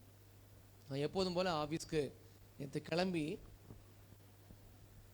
போயிட்டு இருக்கும்போது சென்னை சிட்டியில் ரொம்ப டிராஃபிக்கான ஏரியா ஒன்று மவுண்ட் ரோடு, இன்னொன்று அண்ணா சாலை. அந்த பாண்டி பஜார் ரோட்லேருந்து நேராக போய் நான் லெஃப்டில் அண்ணா சாலையில் லெஃப்டில் திரும்புகிறேன். இந்த பக்கம் லெஃப்ட் ஹேண்ட் சைடில் பயங்கர கூட்டம். ஒரு சகோதரன் அவசரமாக ஆஃபீஸ்க்கு கிளம்பி போயிட்டு இருந்துருக்கிறாரு போல். ஐடி கார்டெல்லாம் போட்டிருக்காரு, நீட்டாக ட்ரெஸ் பண்ணியிருக்கிறாரு. ஆனால் காலில் ஏதோ அடிபட்டு பயங்கர ரத்தம். ரோட்டில் அந்த மனுஷனை ஓரமாக உட்கார்ந்து வைத்திருந்தாங்க. போலீஸ்லாம் நிற்கிறாங்க. வந்து ஒரு சகோதரி ஒருத்தவங்க, அவங்களுடைய ஒய்ஃப்னு நினைக்கிறேன், அப்படியே மயக்கத்தில் ஒரு மாதிரி இருந்தார். அவர் தண்ணிலாம் கொடுத்து அவரது ஆறுதல் படுத்துறதை நான் பார்த்தபோது என்னுடைய இருதயத்துக்குள்ளே ஒரு நிமிஷம் ஒரு கலக்கம். ஏன் அப்படின்னா, அந்த சகோதரனை போல தான் நம்மளும் என்ன செய்யணும், ஒவ்வொரு நாளும் இந்த சென்னை பட்டணத்துக்குள்ளே இவ்வளோ வாகன நெரிசலில், அவ்வளோ டிராஃபிக்கில் நம்ம போகிறோம். ஆனால் கர்த்தர் நம்மளை ஒவ்வொரு நாளும் எவ்வளோ பாதுகாக்கிறார் தெரியுமா? கையை உயர்த்தி ஒரு ஆமேன்னு சொல்ல முடியுமா? தேவன் நல்லவர். ஒரு மனுஷனோடு கூட கர்த்தர் இருந்து அவனை பாதுகாக்கிறதுல ஆண்டவர் கவனமாக இல்லை அப்படின்னா, நமக்கெல்லாம் என்னைக்கோ ஏதோ நடந்திருக்கணும் நம்முடைய வாழ்க்கையில். ஆனால் கர்த்தர் ஒரு நொடி பொழுது கூட நம்ம கைவிடாதபடிக்கு அவர் நம்ம நடத்தி வந்துட்டே இருக்கிறார். அப்போதான் என் மனசுக்குள்ள இந்த பாட்டை நான் நேற்று ஃபுல்லாக பாடிக்கிட்டே இருந்தேன். ஒரு தீமையும் நினைக்காத ஒரு தகப்பன் உண்மை போல யாருமே இல்லை. இதற்கான பாத்திரம் நான் இல்லை. அநேக முறை தவறுகிற பாத்திரம், அநேக முறை எஜமான் விரும்பாத ஒரு பாத்திரமாக தான் நம்ம மாறுறோம்.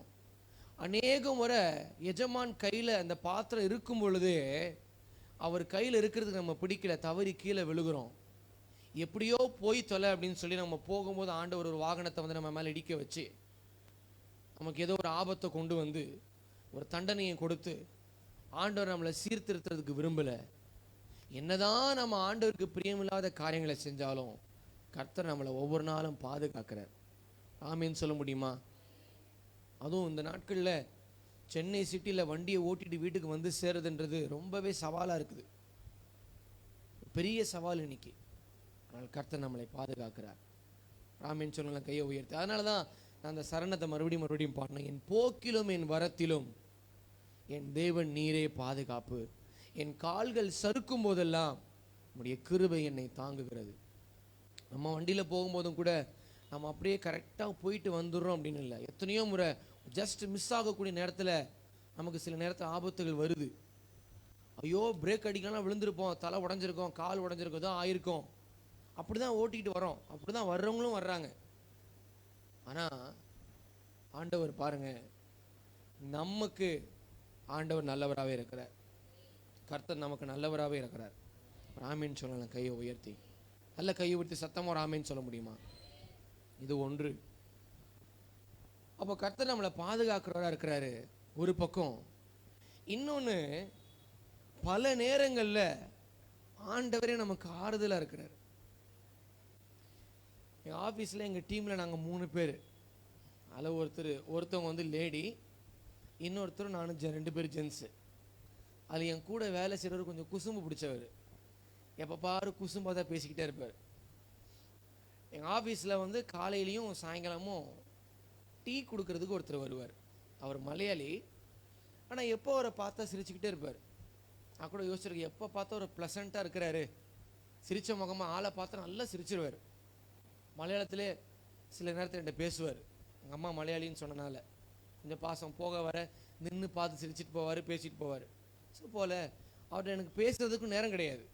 அவர் வரும்போது நான் பிஸியாக இருப்பேன். ஏன்னா அவர் வந்து கொடுத்துட்டு வேகமாக போயிடுவார். இப்போ கூடவே குசும்பு பிடிச்ச ஆள் இருக்கார்ல, டீயை வச்சுட்டு போயிட்டார். நாங்கள் டீலாம் கொடுத்துட்டு உள்ளே எல்லாருக்கும் போய் அவர் டீ கொடுத்துட்டு வராரு, மறுபடியும் வராரு. கப்பு எடுத்துகிட்டு போகிறதுக்கு வந்தார், எடுத்துட்டும் போயிட்டார். அந்த பக்கம் போகும்போது இவர் சொன்னார், கூட வேலை செய்கிறவர், என்ன சேட்டா அப்படின்னாரு. அவரும் வந்தார். என்னப்பா சும்மா கூப்பிட்றேன், என்ன வேலை செஞ்சுட்டு இருக்கணும், சும்மா கூப்பிட்டுட்டு இருக்கிறேன் அப்படின்னாரு. நான் சொன்னேன், அவர் எதுக்குப்பா அவன் சும்மா கூப்பிட்றீங்க, ஒரு 500 ரூபா கொடுத்து கூப்பிடலாமே அப்படின்னு. அவர் ஒரு வார்த்தை சொன்னார், அது என்னை ரொம்ப அதிகமாக சிந்திக்க வச்சது. நீங்கள் 500 ரூபாலாம் கொடுக்க வேண்டாம், என்னை கூப்பிட்டு என் தோலில் கை போட்டு 4 வார்த்தை பேசினா எனக்கு ரொம்ப சந்தோஷம் அப்படின்னு சொன்னார். கையை உயர்த்தி ஒரு ஆமீன்னு சொல்ல முடியுமா?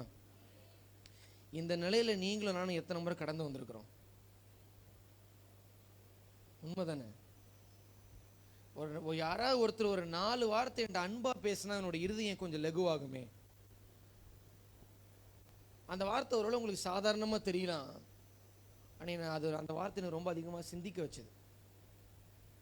அப்போ எத்தனை பேர் இந்த பூமியில் அவங்க வாழ்ந்தாலும் கூட ஒரு 4 அன்பான வார்த்தை யாராவது ஒருத்தர் என்னை பார்த்து பேச மாட்டாங்களா, நீங்க நல்லா இருக்கிறீங்கன்னு கேட்க மாட்டாங்களான்னு ஏங்கக்கூடிய உள்ளங்கள் ஜாஸ்தி, அது அநேகம். ஒரு ஆமீன் சொல்லலாம் கையை உயர்த்தி. ஆனால் உங்களுக்கும் எனக்கும் கர்த்தர் நல்லவராக இருந்திருக்கிறாரு. ஆபத்துகள் விபத்துகளுக்கு கர்த்தர் நம்மளை விலக்கி பாதுகாத்திருக்கிறாரு. 2வது, உங்களுடைய தனிமையிலும், உங்களுடைய கலக்கத்தின் நேரத்திலும், உங்களுடைய பாடுகளின் நேரத்திலும், உங்களுடைய உடைந்த நேரங்களிலும் அவரே நமக்கு நல்ல ஆறுதலை கொடுக்கக்கூடிய தகப்பனாக இருந்திருக்கிறார். ஒரு கையை தட்டி ஆண்டவர் நாமத்தை மகிமைப்படுத்த முடியுமா? உலகத்து மனிதர்கள் அந்த ஆறுதலை தேடிதான் இன்னைக்கு சினிமா தியேட்டருக்கு போகிறாங்க. அந்த சமாதானத்தை தேடிதான் நண்பர்களை தேடி போகிறாங்க. அந்த சமாதானத்தை தேடிதான் தவறான பழக்க வழக்கங்களுக்குள்ளாய் போகிறார்கள். ஆனால் வேதம் சொல்லுகிறது, இந்த வேதத்தில் எழுதப்பட்ட இயேசு கிறிஸ்து ஒருவர் மட்டும்தான் சொல்லியிருக்கிறாரு, நீ தனிமையா இல்லை, நான் உன்னோடு கூட இருக்கிறேன். ஒரு கையை தட்டி கர்த்தர் நாமத்தை மகிமைப்படுத்த முடியுமா? எத்தனை நேரத்தில் நம்ம அப்படி நினைச்சிருக்கிறோம்? எத்தனை நேரத்தில் நம்முடைய இருதயத்துக்குள்ள அந்த எண்ணங்கள் வந்திருக்குது? எத்தனை நேரத்தில் நம்ம நினைச்சிருக்கிறோம், ஷே இந்த ஆள் என் கூட இருந்திருந்தா கொஞ்சம் ஆறுதலாக இருந்திருக்குமே, நல்லா இருந்திருப்பனே, ஏக்கத்தோடு கூட நம்ம வாழ்க்கையை கடந்து வரக்கூடிய சூழ்நிலைகள் வருகிறது. ஆனால் அந்த ஏக்கம் வரும்போதெல்லாம் அந்த ஏக்கத்தை பூர்த்தி செய்யக்கூடிய நபராய் நாம் ஆராதிக்கிற ஆண்டவர் நம்ம மத்தியில் இறங்கி வந்து விடுகிறார். ஒரு கையை உயர்த்தி இன்னொரு விசை கையை தட்டி ஆண்டவர் நாமத்தை மகிமைப்படுத்த முடியுமா? இதெல்லாம் இன்றைக்கு நான் சபையில் பகிர்ந்து கொள்வதற்கு காரணம் என்னன்னா, நீங்களும் நானும் எத்தனை விசேஷமானவர்கள் என்பதை தெரிஞ்சுக்கணும். இந்த 2024 நீங்கள் எத்தனை பேர் சோஷியல் மீடியாவில் இருக்கிறவங்க நியூஸ் பார்க்குறீங்கன்னு எனக்கு தெரியல. இந்த 2024 ஆரம்பித்த முதல் நாள்லேருந்து இந்த ஏப்ரல் 28ஆம் தேதி வரைக்கும் இந்த உலகத்துக்கு சமாதானமான ஒரு வருஷமாக அது இல்லை. அநேக ஜாதிகளுக்கு, அநேக ஜனங்களுக்கு, அநேக தேசங்களுக்கு, அநேக நாடுகளுக்கு இந்த வருஷம் எப்படி இல்லை, சமாதானமாகவோ அனுகூலமான ஒரு வருஷமாக அது துவங்கவும் இல்லை, வருஷமாக அது கடந்து போய்கிட்டு இருக்கவும் இல்லை. ஆனால் அப்படிப்பட்ட உபத்திரவம் நிறைந்த அந்த உலகத்தில் தான் நீங்களும் நானும் வாழுகிறோம். இயேசு கிறிஸ்து சொன்னாரு, உலகத்திலே உபத்திரவங்கள் உண்டு, ஆனாலும் என்ன பண்ணுங்க, திடன் கொள்ளுங்கள், நான் உலகத்தை ஜெயித்தேன். அந்த வார்த்தையின்படியே உபத்திரவம் நிறைந்த அந்த உலகத்தில் நீங்களும் நானும் வாழுகிறோம். ஆனால் கர்த்தர் உங்களையும் என்னையும் வாழ வைத்து கொண்டிருக்கிறார். இது உண்மை. என் வாழ்க்கையில் அப்படித்தான் சொல்றவங்க ஒரு கையை தட்டி கர்த்தர் நாமத்தை மகிமைப்படுத்துவீங்களா? தேவன் பெரியவர். சொல்றதுக்கான காரணம் என்னை ரொம்ப அதிகமாக சிந்திக்க வச்சுது. நம்ம எதுக்குமே தகுதி இல்லாத ஆட்கள் தான். நம்ம எல்லாத்துலேயும் சரியா இருக்கிறோம் அப்படின்னு இல்லை. ஆனால் கர்த்தர் நம்மளை தண்டிக்க விரும்பலை, கர்த்தர் நம்மளை அடிக்க விரும்பலை. மாறாக அவருடைய அன்பை இன்னும் நம்ம மேலே என்ன பண்ணுறாரு, அவர் பெருக பண்ணுகிறார். ஒரு ஆமேன் சொல்லுவீங்களா? தெய்வம் பெரியவர். இன்றைக்கும் கர்த்தர் உங்களோட பேசுவார். கண்ணை மூடி இன்றைக்கான வார்த்தைக்காக நம்ம ஆண்டவருடைய சமூகத்தில் கேட்கலாமா? கையை உயர்த்தி கண்ணை மூடி ஜெபம் பண்ணுங்களேன். ஆண்டவரே உமக்கு ஸ்தோத்திரம். இன்றைக்கு கர்த்தர் எங்களோடு பேசுங்கப்பா. இன்றைக்கு கர்த்தர் எங்களோடு பேச வேண்டிய வார்த்தையை எங்களுக்கு இடைப்படுவீராக, எங்களோடு பேசுவீராக. ஆண்டவரே ஸ்தோத்திரம், ஸ்தோத்திரம், ஸ்தோத்திரம், ஸ்தோத்திரம், ஸ்தோத்திரம். மை துதிக்கிறோம், மை துதிக்கிறோம், மை துதிக்கிறோம், மை துதிக்கிறோம். உமக்கு ஸ்தோத்திரம், உமக்கு ஸ்தோத்திரம். எங்களை வார்த்தைகளை கொண்டு எங்களோடு பேசுங்கப்பா. பெரிய காரியங்களை செய்யும். இயேசு கிறிஸ்துவின் மகிமையுள்ள உடைய நாமத்தினாலே ஜெபிக்கிறோம் பிதாவே. ஆமேன், ஆமேன். கையை உயர்த்தி சத்தமா ஒரு ஆமேன் சொல்லுங்களேன். தேவன் நல்லவர்.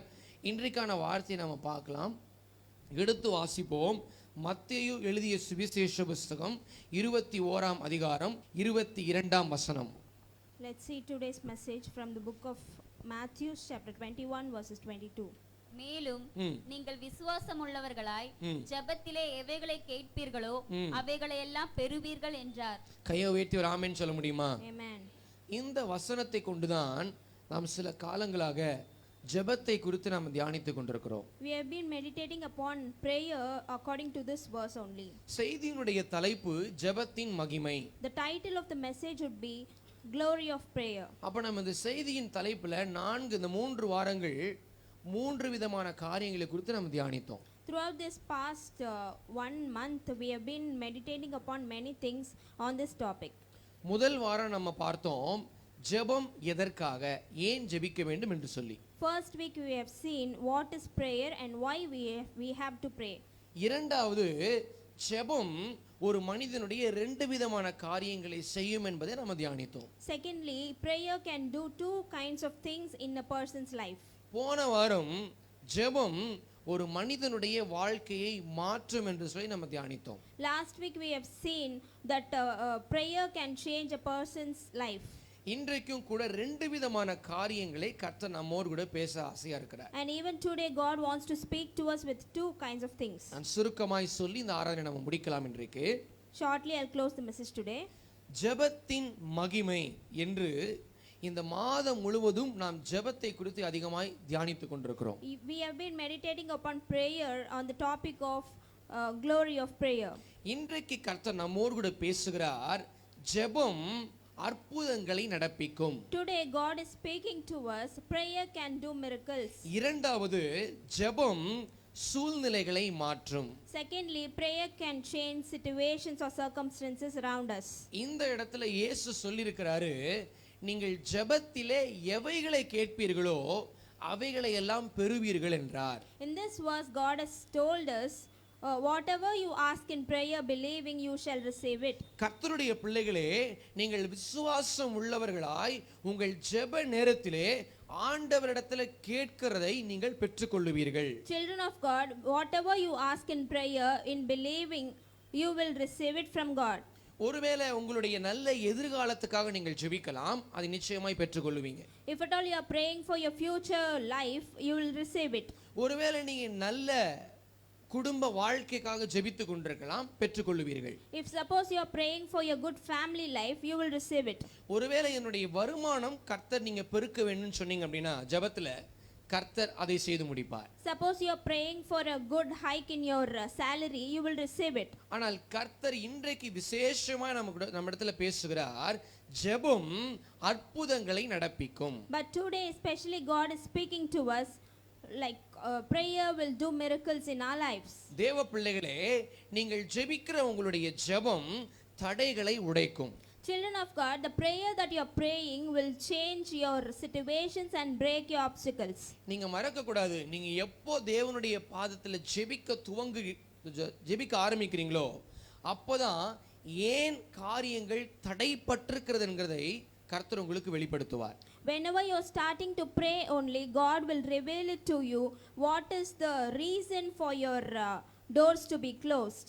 ஆனால் நீங்கள் ஜெபித்து முடிக்கும் பொழுது நீங்கள் ஜெபித்ததை கர்த்தர் உங்களுக்கு செய்திருக்கிறதை நீங்க பார்ப்பீங்க. But when you start to close the prayer, then you can see that God has done already whatever you asked in prayer. நான் எப்பொழுதும் சொல்லுவது போல நீங்க எழுதி வைத்துக் கொள்ளுங்க. நீங்க வீட்டில் போய் இந்த அதிகாரங்களை எல்லாம் நீங்க படித்தா கர்த்தர் உங்களோடு பேசுவார். You just note it down, whatever the references I tell you, read at home and God will speak to you. இந்த ஜெபத்தினுடைய மகிமை என்னன்னா, ஒரு மனிதனுடைய வாழ்க்கையில அந்த ஜெபம் அற்புதங்களை கொண்டு வருகிறது. The glory of prayer is in a person's life, it brings miracles. ஒரு ஜெபத்தினுடைய மகிமை என்னன்னா, ஒரு குடும்பம் முழங்கால் படியிட்டு கர்த்தருடைய முகத்தை பார்க்கும் பொழுது அந்த குடும்பத்திலே கர்த்தர் அற்புதங்களை நடக்க பண்ணுகிறார். When a family kneels down and seeks the face of the Lord, in that family God is doing miracles.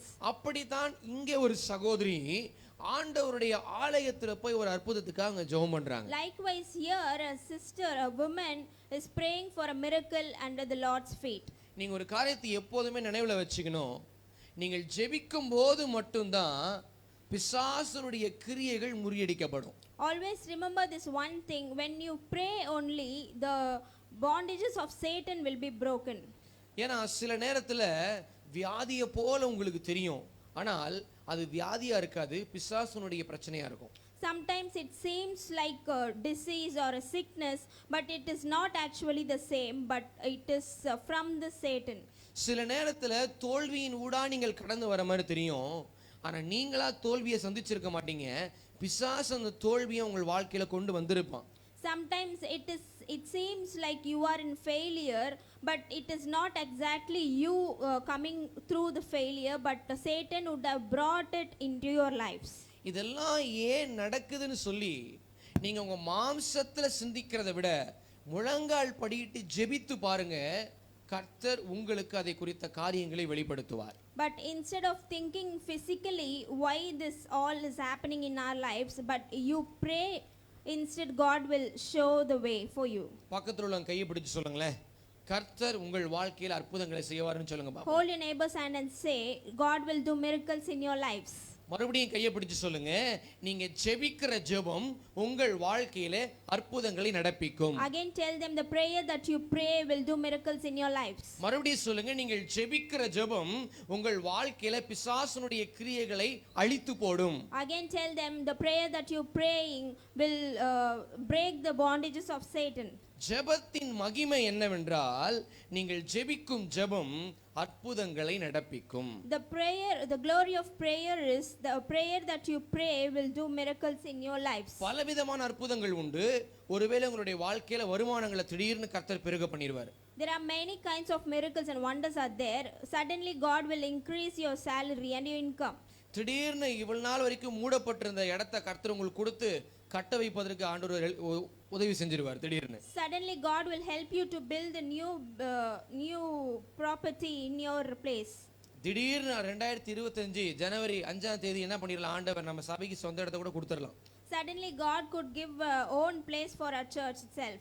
இப்போ என்ன சொன்னேன், 2025 January 5. இல்ல இதெல்லாம் நான் பிளான் பண்ணிட்டு வரல, என் வாயில அந்த வார்த்தை கையை தட்டி ஆண்டவர் நாமத்தை மகிமைப்படுத்திடலாமா? Amen. இதெல்லாம் ஆண்டவர் நீங்க ஜெபிக்கிற ஜெபத்துக்கு பதில் அல்ல, அற்புதங்களை அவர் அனுப்புகிறார். These all are not the answers that for your prayers, but the miracles God is sending for your prayers. அதனால தான் அந்த செய்திக்கு நான் வைத்த தலைப்பு ஜெபத்தின் மகிமை. That is why I kept the title of this message called the glory of prayer. நீங்கள் ஜெபிக்கும் பொழுது தான் கர்த்தருடைய மகிமையை பார்க்க முடியும். Only if you pray you can see the miracles of God and the glory of God. வீட்ல போய் படிங்க. 1 சாமுவேல் 2ஆம் அதிகாரம் 10 அதிகாரம் 10 தொடங்கி 20 வரை. Read at your homes from the book of 1 Samuel chapter 1 verses 10 to 20. அதிலே இந்த அன்னாள் தேவனுடைய பாதத்திலே ஜெபித்த ஜெபத்தை குறித்து எழுதப்பட்டிருக்கிறது. In which we could see the prayer that Hannah prayed in the feet of the Lord. இருதயத்தை ஊற்றினாள் என்று எழுதப்பட்டிருக்கிறது. She gave her heart into the Lord's presence, the Bible says. இந்த அம்மா ஆண்டவருடைய சமூகத்துல போய் இருதயத்தை ஊற்றுவதற்கான ஒரே ஒரு காரணம், ஒரே ஒரு அற்புதத்துக்காக தான். The reason she poured out her heart into the presence of the Lord was only one reason. இன்னைக்கு நம்மளும் எதுக்காக ஜெபிக்கிறோம்? எங்களுடைய சபை ஆத்துமாக்களால் நிரப்பப்பட வேண்டும். Even today why we are praying, our church should be filled with souls. எதற்காக நாம ஜெபிக்கிறோம்? எங்கள் சபைக்கு கர்த்தர் ஒரு சொந்த இடத்தை தர வேண்டும் என்று சொல்லி. Why we are praying for a new place, own place to worship the Lord. நீங்கள் உங்கள் குடும்பத்துக்கு எதுக்காக ஜெபிக்கிறீங்களோ அதை கர்த்தர் இந்த நாட்களிலே செய்து முடிப்பார். For whatever reason you are praying for your family, Lord will do in these days. எந்த அற்புதம் என்னுடைய வாழ்க்கையில என் குடும்பத்தில் என் சபையில நடக்க வேண்டும் என்று நினைக்கிறீர்களோ அதை இந்த நாட்களிலே நம்முடைய கர்த்தர் செய்து முடிக்க வல்லமை உள்ளவராக இருக்கிறார். For whatever miracles you are praying for you and your children and your family and your church, God is able to do it in these days. பக்கத்துல உள்ள கையை பிடிச்சு சொல்லுங்க, நீங்கள் எதிர்பார்த்திருக்கிற முடிவை கர்த்தர் உங்களுக்கு கொடுத்து விட்டார்னு சொல்லுங்க பாப்போம். Hold your neighbors and say the result that you are seeking for, God has given it already.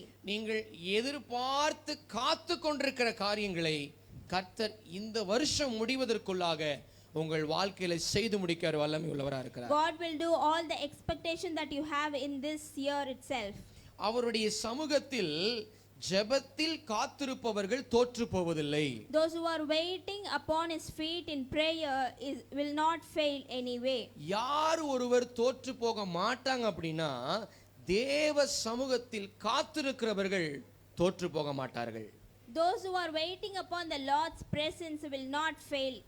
தேவ சமூகத்தில் காத்திருக்கிறவங்களுடைய வாழ்க்கையில அற்புதங்களை கர்த்தர் நடப்பிப்பார். Those who wait upon the Lord will do miracles in their lives. நம்முடைய சபை கடந்த 35 ஆண்டுகளாக கர்த்தருடைய பாதத்துல காத்து கொண்டிருக்கிறது. Our church has been waiting for the past 35 years under the presence of the Lord. ஒரே ஒரு அற்புதத்துக்காக ஆத்துமாக்களை தாரும் ஆண்டவரே. For only one reason, to win souls. கர்த்தர் சொல்றாரு, நீங்கள் ஜெபித்த ஜெபங்களை என் செவிகள் கவனித்திருக்கிறது. Lord is telling, I have listened to your prayers. நல்ல கையை தட்டி கர்த்தர் நாமத்தை மகிமைப்படுத்தலாமா?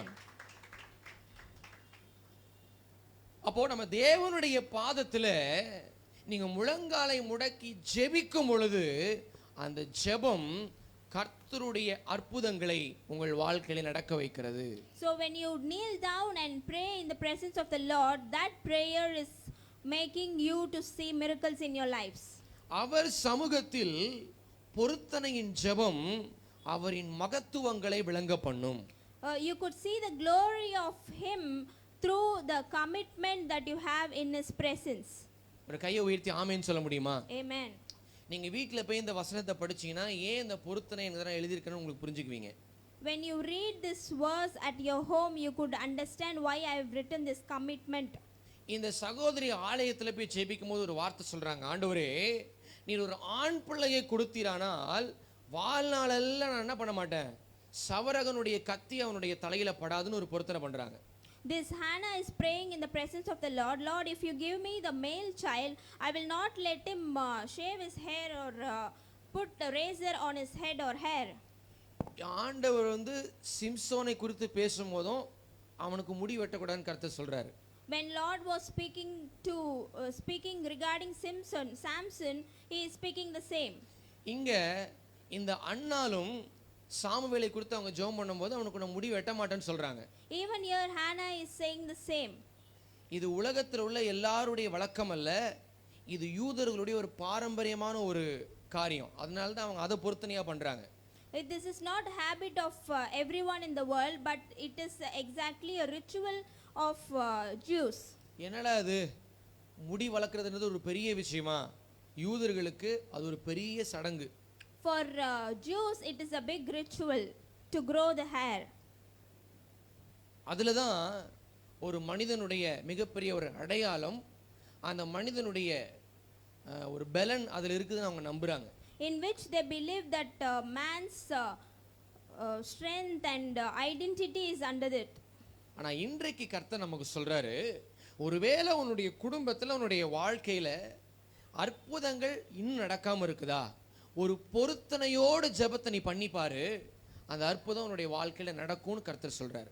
God is telling you today, if suppose any doors are closed in your family, any miracles are stopped in your family, pray with commitment, God will do miracles. ஜெபம் எத்தனை அவசியம் என்பதை இந்த வேதத்துல அநேக முறை எழுதப்பட்டிருக்கிறது. In this Bible it has been written many times how much more the prayer is important in our lives. இன்னொன்று நான் ஒரு வார்த்தை எழுதி வச்சிருக்கிறேன், அவருடைய சமூகத்தில் நீங்கள் காத்திருக்கும் போது சில எதிர்மறையான வார்த்தைகள் ஒருவேளை வரலாம். When you wait upon His presence, many negative comments you will receive. இதை நான் எழுதி வச்சதற்கான காரணம் நீங்க அதிகாரத்தை படிச்சீங்கன்னா புரிஞ்சு கொள்ளுவீங்க. The reason I have written this, when you read this chapter you will understand. ஏன்னா இவங்களுடைய இருதயம் கர்த்தரோடு கூட இணைந்திருக்கிறது, ஆனால் அதை பார்க்கிற ஏலி அதை வேறு விதமாய் புரிந்து கொள்ளுகிறார். Because Hannah's heart was with the Lord, but the person who is seeing Eli understood it wrongly. ஆனா நீங்க தேவ பாதத்துல வைத்த பொருத்தனை நிறைவேறும் பொழுது உங்களை சுற்றி உள்ள கண்கள் தேவனுடைய நாமத்தை மகிமைப்படுத்தும். But when the commitment that you had with the Lord fulfills, the eyes that you are that was surrounded by you will see it. ஆனா கர்த்தர் இன்னைக்கு எனக்கு சொல்றாரு, இங்க உட்கார்ந்து இருக்கிற சிலர் நீங்க அற்புதத்தை எதிர்பார்க்கிறீங்க, நீ பொருத்தனை பண்ணி ஜெபம் பண்ணி பாரு, நான் அதை செய்து முடிப்பேன் கர்த்தர் சொல்றார். Lord is telling you today, many of you sitting here have committed and prayed to the Lord few things. You pray, continue to pray, God will do it to you. ரெண்டு விதமான ஜெபம் இந்த வேத புத்தகத்துல கொஞ்சம் அழுத்தி எழுதப்பட்டிருக்கிறது. Two kinds of prayers were being insisted in this Bible. அதுல ஒன்று உபவாச ஜெபம். Firstly, it is fasting and prayer. ரெண்டாவது பொருத்தனையின் ஜெபம். Secondly, prayer of commitment. கர்த்தர் சொல்றாரு, இவ்வகையான பிசாசு எப்படி போகாது, ஜெபத்தினாலும் உபவாசத்தினாலும் அன்றி போகாதுன்னு சொல்றாரு. Jesus said these kind of பிசாசு these kind of things will not go until you fast and pray. சில தடைகள் உபவாச ஜெபத்தினால மட்டும்தான் உடைக்கப்படும். Few things will be broken only if you fast and pray. அதே போல சில அற்புதங்கள் பொருத்தனையின் ஜெபத்தினால மட்டும்தான் நடக்கும். Likewise, few miracles and wonders will happen only if you commit and pray. அதே போல சில காரியங்கள் நீங்கள் உபவாசிக்கும் பொழுதுதான் அந்த அற்புதத்தை கர்த்தர் உங்கள் வாழ்க்கையில செய்து முடிப்பார். Likewise, when you fast and pray only, God will do few miracles in your lives. அது எப்படியோ இன்றைக்கு நீங்க போய் ஜெபிக்கும் போது ஆண்டவர் சமூகத்துல கேளுங்க, அவர் உங்களுக்கு காரியங்களை விளக்கி காண்பிப்பார். However it might be, you go and pray with commitment to the Lord today, God will show you the way, new way to you. ரெண்டாவது ஒரு குறிப்பை கர்த்தர் நமக்கு சொன்னார். என்னன்னா, ஜெபம் சூழ்நிலைகளை மாற்றும். Secondly, God told us ஜெபம் சூழ்நிலைகளை மாற்றும். prayer will change your circumstances. பக்கத்துல உள்ள கையை பிடிச்சு சொல்லுங்க, உங்களுடைய இருளான சூழ்நிலை ஜெபத்தின் நிமித்தம் வெளிச்சமாய் மாறும். Hold your neighbor's hand and say, the darkness of your situation will come to light. இப்போ இங்கிருந்து பேசப்படுகிற எல்லா வார்த்தையும் ஜெபிக்கிறவங்களுக்கு மட்டும் பொருந்தும். Whatever is spoken from here will be to the people who pray only. நீங்க வீட்டில் போய் படிங்க. 2 ராஜாக்கள் 20ஆம் அதிகாரம் 1 தொடங்கி 6 வரை உள்ள வசனங்களை வீட்டில் நீங்க படிச்சு பாருங்க. Go home and read from the book of 2 Kings chapter 20 verses from 1 to 6. அதிலே எசேக்கியாவை குறித்து எழுதப்பட்டிருக்கிறது. In which we could see the incident about Ezekiah. இப்போ அங்க என்ன சூழ்நிலை அப்படின்னா, ஆண்டவர் ஏசாயா கிட்ட சொல்றாரு, எசேக்கியாவை பார்த்து சொல்லு, நீ சாக போகிற, உன் வீட்டு காரியத்தை ஒழுங்குபடுத்துன்னு சொல்றாரு. God is speaking to who's that? 21. ஆண்டவர் ஏசாயா கிட்ட சொல்றாரு, நீ எசேக்கியாவை பார்த்து சொல்லு, சாக போகிற உன் வீட்டு காரியத்தை ஒழுங்குபடுத்து என்று சொல்லி. God is speaking to Isaiah, go and tell Ezekiah that you are going to die. இன்னைக்கு நாம தெரிஞ்சுக்கணும், எதிர்மறையா இருக்கக்கூடிய சூழ்நிலைகளை உங்களுடைய ஜெபம் மாற்றும். We should understand one thing today, the negative ways in your lives, your prayer can change it.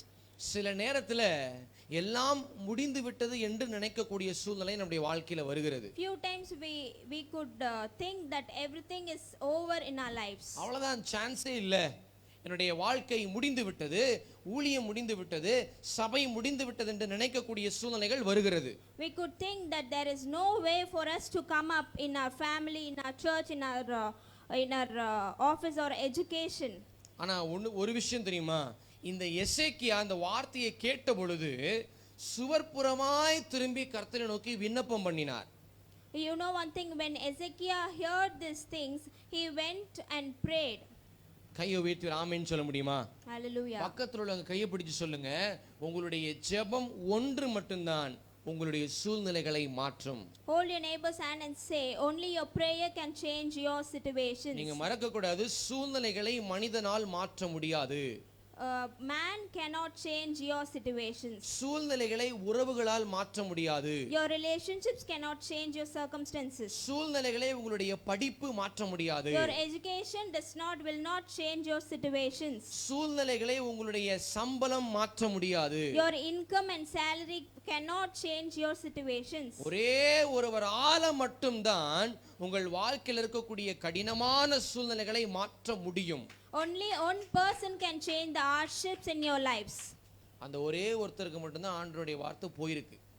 Only one person received the word of the Lord today. ஒருத்தங்க மட்டும் தான் கை தட்டினாங்க. நல்ல கையை தட்டி ஆண்டவர் நாமத்தை மகிமைப்படுத்தலாமா? Amen. உங்களை சுற்றிலும் எல்லாமும் உங்களுக்கு எதிரடையான சூழ்நிலைகளாக இருந்தாலும் ஜெபம் அதை மாற்றும். The situations that is surrounded you might seems to be negative, but your prayer can change it. நீங்க வீட்டில் போய் இந்த ஜெபத்தை கர்த்தர் கேட்டதற்கான காரணத்தை நீங்க கண்டுபிடிக்கணும். நீங்க வீட்டில் போய் படிக்கும் பொழுது எசேக்கியாவுடைய ஜெபத்தை கேட்டதற்கு காரணத்தை நீங்க கண்டுபிடிக்கணும். When you read this chapter at home, you should find out why God has listened to Ezekiel's prayer. ரெண்டாவது வசனம் போடுங்க தம்பி. 3 போடுங்க, 3வது வசனம். இப்போ எசேக்கியா ஜெபம் பண்றாரு, கர்த்தாவே நான் உமக்கு முன்பாக உண்மையும் மன உத்தமமாய் நடந்து. Now Ezekiel is praying here, oh Lord, I pray how I have walked before you in truth and with a loyal heart. இப்போ ஒரு மனிதனுடைய ஜெபம் எப்பொழுது கேட்கப்படுகிறதுன்னு சொன்னா, கர்த்தருக்கு முன்பாக உண்மை உள்ளவனாயும் மனதில் உத்தமம் உள்ளவனாய் நடக்கும் பொழுது அவனுடைய ஜெபம் உடனடியாய் கேட்கப்படுகிறது. Now when a person is loyal in his heart in the presence of the Lord, only then his prayer is listened by the Lord. மூணாவது சொல்றாரு, உமது பார்வைக்கு நலமானதை செய்தேன் என்பதை நினைத்தருளும். Thirdly he says, I have done what was good in your sight. அதனாலதான் சாக போறேன்னு சொன்னவரு வீட்டு வாசலுக்கு போகிறதுக்கு முன்னாடி ஏசாயாகிட்ட மறுபடியும் கர்த்தர் பேசுறாரு. That's why before he is entering into the house, Lord is speaking to Isaiah. கர்த்தர் சொல்றாரு, நீ மறுபடியும் உள்ள போ.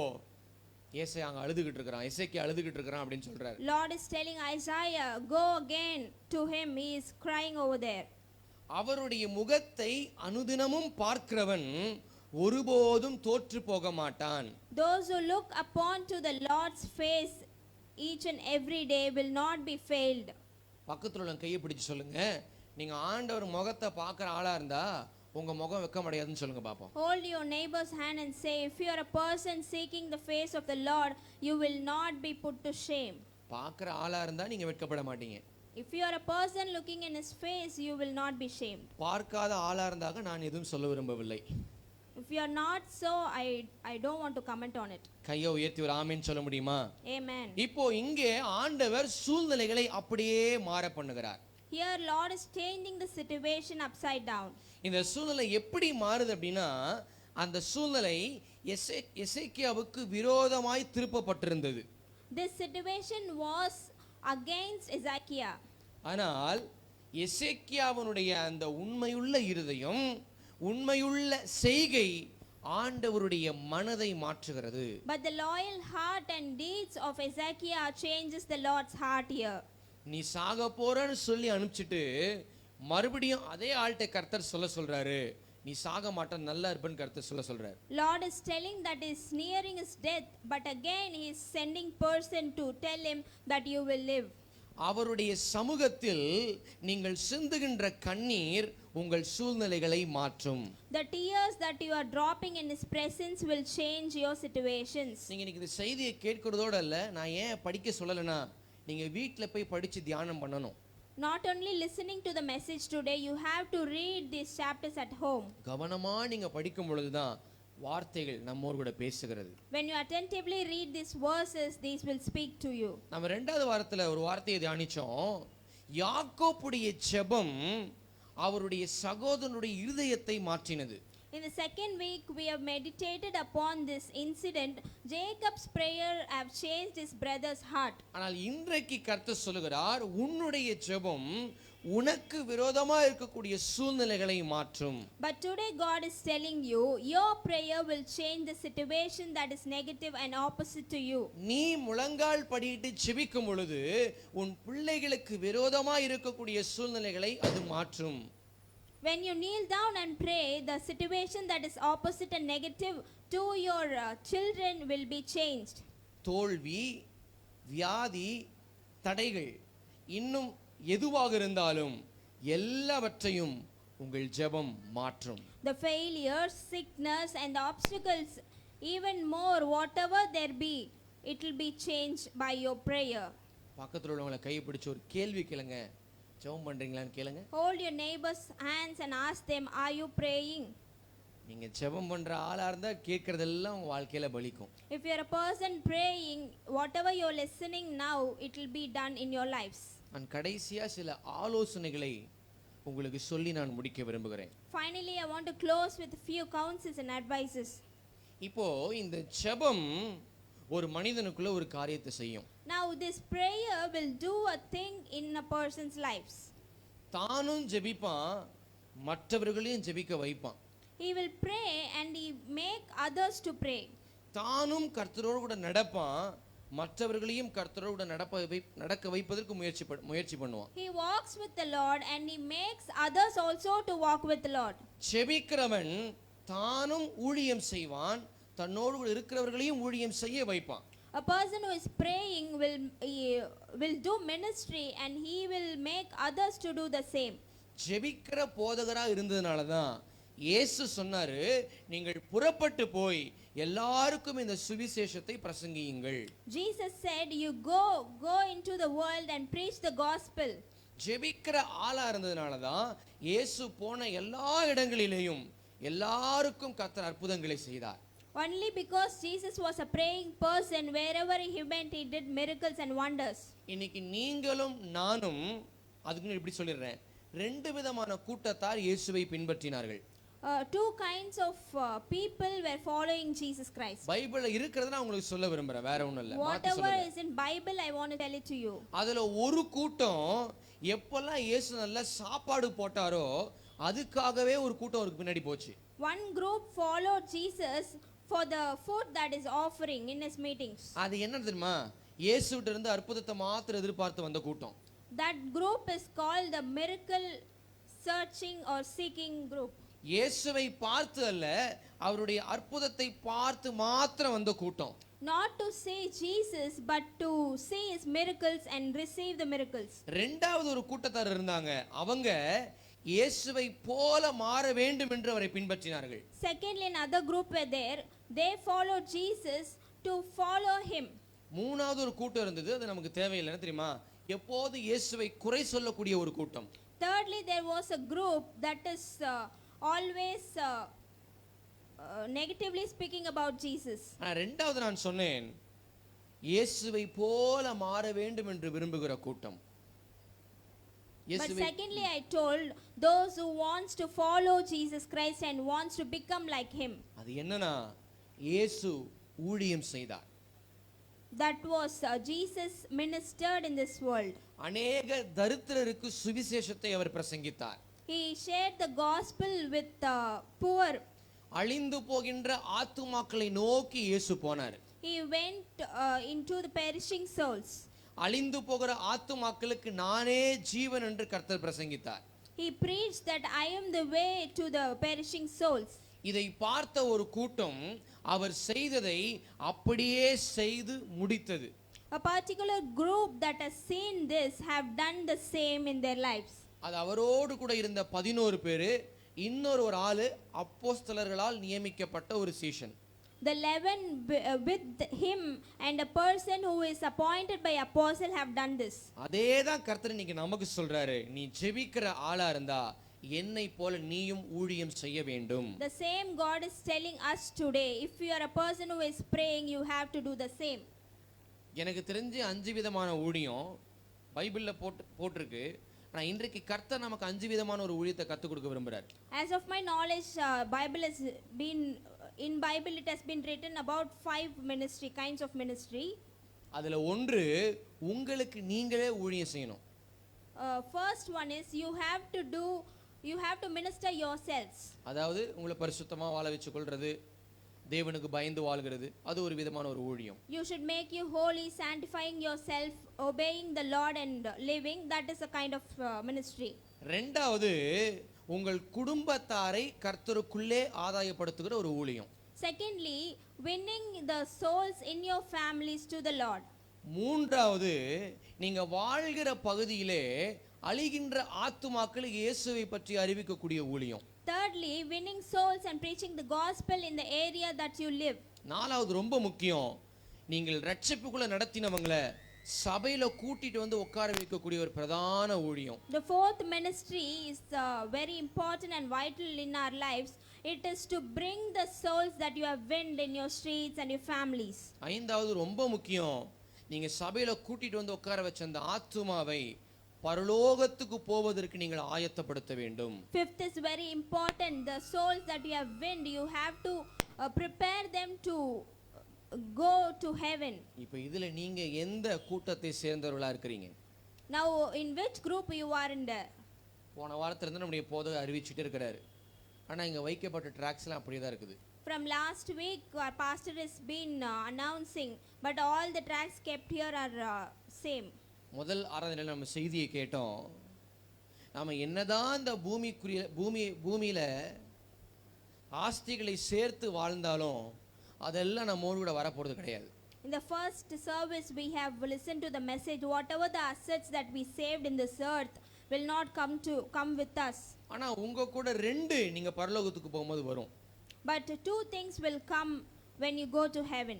ஒன்னு, உங்களுடைய நல் கிரியைகள் உங்களோடு பிரயாணம் பண்ணி வரும். One is the good deeds that you have done in the earth. ரெண்டாவது நீங்கள் சம்பாதித்த ஆத்துமாக்கள் உங்களோடு கூட பரலோகத்துக்கு வரும். Secondly, the souls that you have won in this world will come to heaven with you.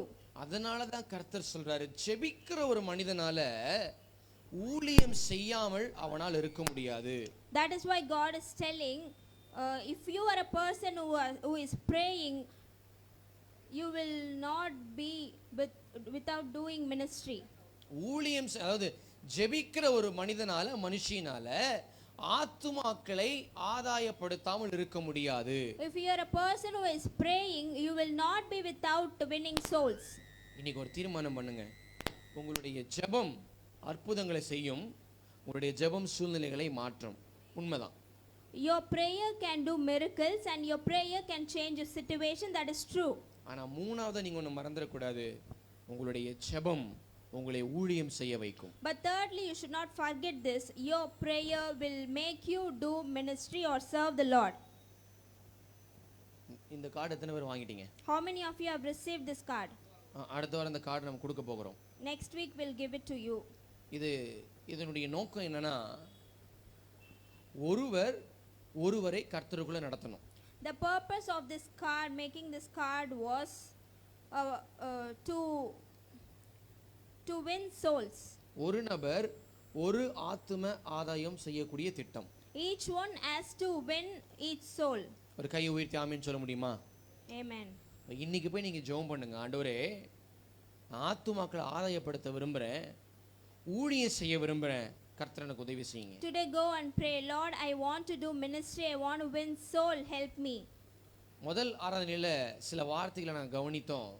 அதுல ஒன்று, பூமிக்குரியவைகளையே நாம் ஆண்டவர்கிட்ட கேட்டுக்கிட்டு இருக்காம ஆவிக்குரிய காரியங்களை நாம் கேட்டு பெற்றுக்கொண்டு அவருக்காக நம்ம ஊழியம் செய்ய பழகி கொள்ள வேண்டும். In the first service we have listened the message, that is, do not seek the worldly things from the Lord, but ask spiritual gifts and things from the Lord and receive it. கர்த்தர் இன்னைக்கு நம்மகிட்ட பேசியிருக்கிறாரு, நீ ஜெபிக்கிற ஜெபம் அற்புதங்களை நடப்பிக்க. உண்மைதான். God has spoken to us today, your prayer will do miracles, that is true. நீ ஜெபிக்கிற ஜெபம் உன்னுடைய சூழ்நிலைகளை மாற்றும். உண்மைதான். Your prayers can change your situations, that is true. ஆனால் பிரதானமாக நான் உன் கையில கொடுத்திருக்கக்கூடிய நோக்கம், நீ ஜெபிக்கும் போது நீ ஜெபிக்கிற ஆளா இருந்தனா எனக்காக நீ ஊழியம் செய்யணும். But the primary purpose that I have given to you is, if you are a person who is praying, you have to do ministry, you have to serve me. உங்களுடைய பேக்ல இல்ல உங்களுடைய ஹேண்ட் பேக்ல மாற்ற பேக்ல ஒரு 4 கைப்பிரதியை வச்சுக்கோங்க. ஒரு 2 புதிய ஏற்பாடு உங்களுடைய பேக்ல எப்பவுமே வச்சுக்கோங்க. In your bags you always keep a New Testament or tracts. நீங்க 10 பேருக்கு போய் இயேசு கிறிஸ்து நல்லவர்னு சத்தமா நீங்க சொல்ல வேண்டிய அவசியம் இல்லை. No need to tell 10 people that Jesus is loving you. நீங்க போய் ரோட்ல நின்னு கையில மைக்க பிடிச்சி 10 பேருக்கு கேட்குற மாதிரி கத்த வேணும்னு அவசியமும் கிடையாது. No need to shout at the streets with mic that Jesus is loving you. ஒன்னு செய்யுங்க, உங்க பக்கத்திலேயே உட்கார்ந்து படிக்கிற உங்களுடைய ஃப்ரெண்டுக்கு இயேசுவை பத்தி சொல்லுங்க. Do one thing, tell about Jesus Christ to the friend who is sitting close to you in the school. உங்க பக்கத்திலேயே உட்கார்ந்து வேலை செய்கிற உங்களுடைய கோ ஒர்க்கருக்கு இயேசுவை பத்தி சொல்லுங்க. Tell about Jesus to your colleagues in your office. கையை உயர்த்தி ஆமென் சொல்ல முடியுமா? Amen. பக்கத்துல உள்ள கையை பிடிச்சு சொல்லுங்க, கேளுங்க, இது வரைக்கும் ஊழியம் செஞ்சிருக்கீங்களான்னு கேளுங்க. Hold your neighbor's hands and ask them, have you ministered? பக்கத்துல உள்ளவங்க மறுபடியும் கையை பிடிச்சு கேளுங்க, உங்க அக்கவுண்ட்ல எத்தனை இருக்குன்னு கேளுங்க. Again ask them, how many of them you have in account? ஆமா, தெளிவா புரிஞ்சுக்கணும். ஆத்துமாக்களை நீங்க ஆதாயப்படுத்தும் பொழுது உங்கள் கணக்குல அவங்கள ஆண்டவர் எழுதி வச்சுக்கிட்டே இருப்பார். We should understand this clearly. When you win new souls, Lord will make it in account. நிறைய காரியங்களை நமக்கு தியானிக்க முடியும், நேரமும் பத்தல. விரிவா நம்ம பேசணும் அப்படின்னா அப்படியே நமக்கு நேரம் காலங்கள் போயிட்டே இருக்கும். Many things we can meditate upon this topic, but we do not have time. We run short of the time. உங்களுக்குள்ள வாக்குத்தத்தத்தை கர்த்தர் நீ கொடுத்துட்டார். அற்புதம் நடக்கும், சூழ்நிலைகள் மாறும். The promise for you God has given to you, your miracles will happen and your situations will be changed. இது முதல் தரமான கூட்டம். இயேசு கிட்ட அற்புதத்தை எதிர்பார்த்து வந்த கூட்டத்துக்கு இந்த வார்த்தை. for a group that have seeking miracles and come to Jesus, for them this verse. ஆனா கர்த்தர் சொல்றாரு, நீ அந்த முதல் தரமான கூட்டத்துல இருக்கக்கூடிய ஆளா இருக்க கூடாது, ரெண்டாவது தரத்துல இருக்கக்கூடிய ஆளா நீ மாறணும். But God is telling you should not be in the group 1, you should be in the group 2. அதுதான் இயேசுவை போல மாறி அவர் செய்த எல்லா ஊழியத்தையும் செய்யக்கூடிய கூட்டம். That group is becoming like Jesus and doing the same whatever he done in this world. நீங்க இனிமேல் ஊழியம் செய்வீங்களா? Will you do minister for the Lord? இனிமேல் நான் ஊழியம் செய்றேன், நான் கண்ண முடிக்க போறேன் போ. இனிமேல் நான் ஊழியம் செய்வேன்னு சொல்றவங்க கையை உயர்த்தி இப்ப நீங்க ஆண்டவரை பார்த்து சொல்ல போறீங்க. I'll close my eyes. Whoever says that I will do minister to the Lord, you raise your hand, lift up your hands and say. எல்லாரும் கையை உயர்த்தினா நீங்க சொல்ல போற வார்த்தையை கர்த்தர் கவனிக்கிறார் இப்போ. Lift up your hands. God is listening whatever you are saying now. இவ்வளவு நாள் ஆண்டவரே நான் சபைக்காக எதுவுமே செய்யலப்பா. Till now I have done nothing to the church, Lord. இவ்வளவு நாள் நான் உங்களுக்காகவும் இது செய்யல ஆண்டவரே. I have done nothing for you even, Lord. இவ்வளவு நாள் நீங்க என்கிட்ட கொண்டு வந்தவங்களுக்கும் கூட கர்த்தர் நல்லவர் நான் சொல்ல மறந்துட்டேன். To whomever you brought to me, I forgot to tell them that you are good. இவ்வளோ என் கூடவே என் குடும்பத்தில் இருக்கக்கூடியவங்க இயேசு அறியாம இருக்கிறாங்க. Even to my family members I did not tell you. அவங்களுக்கு கூட நான் சொல்ல மறந்துட்டேன்ப்பா. Even for them I did not tell about you. ஆனா இன்னைக்கு நான் ஒரு தீர்மானம் பண்றேன்ப்பா. But today I make the decision, Lord. நான் ஜெபிக்கிற ஆளா இருப்பேன் அப்படின்னா நிச்சயமா உங்களுக்காக நான் ஊழியம் செய்வேன். If I am a person who is praying, I will do minister for you. நான் ஜெபிக்கிற ஆள் என்பதை நிரூபித்து நான் காட்டப் போகிறேன். I will prove others that I am a person of prayer. இந்த 2024 முடிகிறதுக்குள்ள குறைஞ்சபட்சம் ஒருத்தரையாயில நான் ஆதாயப்படுத்தி சபை கூட்டு வந்துருவேன். Before this 2024 ends, even a single person I will win them and bring to the church. இந்த 2024 பழைய புதிய வருட ஆராதனை வரும் பொழுது நான் கூட்டிட்டு வந்த அந்த ஆத்துமாவோடு கூட தான் நான் புது வருஷத்துக்குள்ள வர போறேன். When this 2024 all the new service comes, I will come with that wind soul that I wind. இப்போ எல்லாரும் கண்ணை திறந்து பார்த்து பக்கத்துல உள்ள கையை பிடிச்சு சொல்லுங்க, நல்ல தீர்மானம் பண்ணிருக்கீங்கன்னு சொல்லுங்க. Now tell your neighbors you have made a good decision.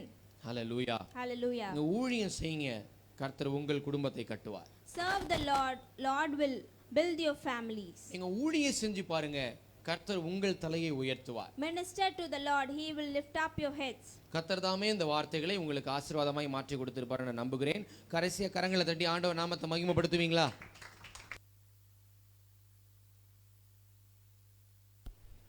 ஒரு வலது கை உயர்த்தி சத்தமா சொல்லுங்க, அல்லேலூயா. ஆண்டவர் நல்லவர். இந்த மாதத்தின் துவக்கத்தில் இருந்து முதல் ஆராதனையிலே நான் பேசிட்டு வருகிற செய்தி என்னென்றால், உனக்கு என்ன வேண்டும் கேள். அதுதான் என்னுடைய டைட்டில். உனக்கு என்ன வேணும் கேள், தருவேன். இந்த 4 வாரமாக அந்த தலைப்பில் தான் பேசிகிட்டே வந்தேன். நான் வசனத்தை அதுக்கேற்ற மாதிரி வாசிப்பேன். அடுத்து ஒரு வாய்ப்பு கொடுப்பேன் ஜனங்களுக்கு. ஆண்டவர் வாக்கு பண்ணுகிறார், உங்களுக்கு என்ன வேணும் கேளுங்க, தருவேன்னு சொல்கிறாரு, நீங்கள் கேளுங்க ஆண்டவர்கிட்ட அப்படின்னு சொல்லி நீங்கள் ஜெபம் பண்ணுங்க அப்படின்னு கண்ணம்படி ஒரு 2 நிமிஷம் டைம் கொடுப்பேன். அவங்க வேணுங்கிறத கேட்பாங்க. அதோடு கூட என்னுடைய செய்தியை நான் தொடர்ந்து பேசுவேன். இன்றைக்கி உனக்கு என்ன வேணும் கேளுங்கிற செய்தியுடைய கடைசி செய்தியாக பேசினேன். இன்றைக்கும் வசனத்தை படிச்சுட்டு ஜனங்களை பார்த்து சொன்னேன், உங்களுக்கு கேளுங்க ஆண்டவர்கிட்ட, என்ன வேணாலும் கேளுங்க, ஆண்டவர் தருவார் அப்படின்னு சொல்லி கேட்டுட்டாங்க. அதுக்கு பின்னாடி நான் வசனம் பேசினேன். இன்றைக்கி நான் பேசின வார்த்தை என்னென்னா, அரிதானவைகளை கேட்டாய். அதான் இன்றைக்கி நான் பேசின செய்தி, அரிதானவைகளை கேட்டாய். அருமையானவர்களே, எலியா தீர்க்கதரிசி எலிஷாவை பார்த்து கேட்குறாரு, நான் போகிறேன், நான் போகிறதுக்கு முன்னாடி உனக்கு என்ன செஞ்சுட்டு போன விரும்புகிறேன், உனக்கு என்ன செய்யணும்னு சொல்லு, கேளு, தருவேன் அப்படிங்கிறாரு. அப்போ எலிஷா எலியாட்ட கேட்குறாரு, உமக்குள்ளே இருக்கிற ஆவிக்குரிய வரங்களை 2 மடங்கு நான் பெற்றுக்கொள்ள வேணும் அப்படிங்கிறார். அப்போ தான் எலியா சொல்லுவார் எலிசாவை பார்த்து, நீ வேறு ஏதான்னு கேட்டிருக்கலாம், நான் கொடுத்துருப்பேன், ஆனால் நீ கேட்டது அரிதானதை கேட்ட அப்படின்னார். அப்போ நான் ஜனங்களை பார்த்து கேட்டேன், இந்த 4 வாரமாக கேட்க சொன்னேனே, என்ன கேட்டீங்க நீங்கன்னு கேட்டேன். என்ன கேட்டிருப்பீங்க? இந்த 4 வாரமும் நீங்கள் என்ன கேட்டிருப்பீங்கன்னா, ஆண்டவரே என்ன ஆசீர்வதின்னு கேட்டிருப்பீங்க, என் பிள்ளைகளை ஆசீர்வதின்னு கேட்டிருப்பீங்க, என் வேலைகள் வருமானத்தை ஆசீர்வதின்னு கேட்டிருப்பீங்க, என் பேர பிள்ளைகள் ஆசீர்வதின்னு கேட்டிருப்பீங்க. இதுக்கு மேலே என்ன கேட்டிருக்க போகிறீங்க அப்படின்னு பேசிட்டு வரும்போது தான், நீங்கள் கேட்டது எல்லாமே பூமிக்குரியவைகள், அநித்தியமானவைகள். அநித்தியமானவைகள் அழிந்து போகும், நித்தியமானது நிலைச்சி நிற்கும்னு சொன்னேன். இந்த உலகத்துக்குரியவைகள் எல்லாம் அழிந்து போகக்கூடியவைகள், ஆனால் அழியாதவைகள் நித்தியமானவைகள், அதுதான் அரிதானவைகள் அப்படின்னு சொல்லிட்டு இன்னைக்கு அரிதானவைகள்லாம் என்னன்னு பேசினேன் ஜனங்கள்கிட்ட. அதில் ஒன்று ஜெபவரம், பரிசுத்தாவியுடைய அபிஷேகம், ஆத்ம பாரம், தேவ சித்தம் செய்தல், தேவனோடு நடப்பதல் போன்ற பல காரியங்களை காலையில் ஜனங்கள்கிட்ட பேசி முடிச்சுட்டு திரும்ப சொன்னேன், இப்போ உங்களுக்கு என்ன வேணும் ஆண்டவர்கிட்ட கேளுங்க அப்படின்னு சொல்லி சொன்னேன். நான் கடைசி எதில் சொல்லி முடித்தேன்னா, இயேசு வருகிறார், இயேசு வரப்போகிறாரு, அவர் வரும்போது நீங்கள் அவரை சந்திக்க எப்படி போக போகிறீங்க, அவர் வருகையை பற்றி பேசி முடிச்சுட்டு நான் ஜனங்களை பார்த்து கேட்டேன், இப்போ நீங்கள் ஆண்டோட கேட்க போகிறீங்க, உங்களுக்கு என்ன வேணும்னு இப்போ கேளுங்கன்னு சொல்லி ஜெபத்தை சொல்லும்போது தான் மக்கள் பல பேர் ஜெபிச்சாங்க. ஆண்டவரே எனக்கு ஜெபிக்கக்கூடிய ஜெபம் வர வேணும். போன வாரம் கேட்டாங்க ஆசீர்வதின்னு கேட்டவங்க, எனக்கு வேறு மாதிரி அவங்க கேட்டாங்க. என் கண்கள் தரிசனங்களை பார்க்குற கண்ணாக மாறணும், என் காதுகள் தேவ சத்தம் கேட்குற காதுகளாக மாறணும், என் இருதயம் தேவ பிரசனத்தை உணர்கிற இருதயமாக மாறணும், என் கைகள் உமக்கண்டு உழைக்கிற கைகளாக மாறணும், என் கால்கள் உமக்கண்டு ஓடுகிற கால்களாக மாறணும்னு சொல்லி மக்கள் ஜெபம் பண்ணாங்க. அருமையானவர்களே, நம்ம ஆண்டவர்கிட்ட கேளுங்கன்னு சொன்ன உடனே இன்றைக்கி நீங்கள் கூட தான் இப்போ பேசும்போது கூட சொன்னாங்க, நீங்கள் பொருத்தனை பண்ணி கேளுங்க, நல்லது, உபவாசம் பண்ணி கேளுங்க, நல்லது, ஆனால் என்ன கேட்க போகிறீங்க, என்ன கேட்க போகிறீங்க? எப்போ பார்த்தாலும் என்ன ஆசீர்வதியும் ஆசீர்வதியும் ஆசீர்வதியும் கேட்க போகிறீங்களா? என்ன ஆசீர்வதியும், என் குடும்பத்தை ஆசீர்வதியும், என் பிள்ளைகளை ஆசீர்வதியும், என் பேர பிள்ளைகளை ஆசீர்வதியும். இதுதான் உங்களுடைய ஜெபமா? இதையும் தாண்டி நீங்கள் ஜெபிக்க வேண்டிய பல காரியம் இருக்குதுங்க. அழிந்து போகிற ஆத்துமாக்கள், வறண்டு போய் கிடக்கிற சபைகள், தேசம், இப்படி ஜெபிக்க வேண்டிய பல காரியங்கள் உண்டு. உங்கள் பார்வை விரிவடையட்டும், உங்கள் இருதயம் விரிவடையட்டும், உங்கள் ஜெபம் மாறட்டும், உங்கள் தரிசனங்கள் மாறட்டும். நீங்கள் வேறு விதமாக ஜெபம் பண்ண பழகுங்க. உங்களுக்காகவே ஜெபித்தது போதுங்க. பவுல் சொல்கிறாரு, மேலானவைகளை தேடுங்கள், கிறிஸ்து இயேசுவிடத்தில் உள்ள மேலானதை தேடுங்கள். ஏன் தெரியுமா? அவர் வருவதற்கு நீங்கள் நானும் காத்து கொண்டிருக்கிறோம். இயேசு வரப்போகிறார். அவர் வரும்போது இந்த உலகத்தில் எத்தனை கோடி சம்பாதிச்சு வச்சிருந்தாலும் கூட வராது. அவர் வரும்போது எத்தனை கோடிகளை வீட்டை கட்டி வச்சிருந்தாலும் அது உங்கள் கூட வராது, அது உங்களை காப்பாற்றாது.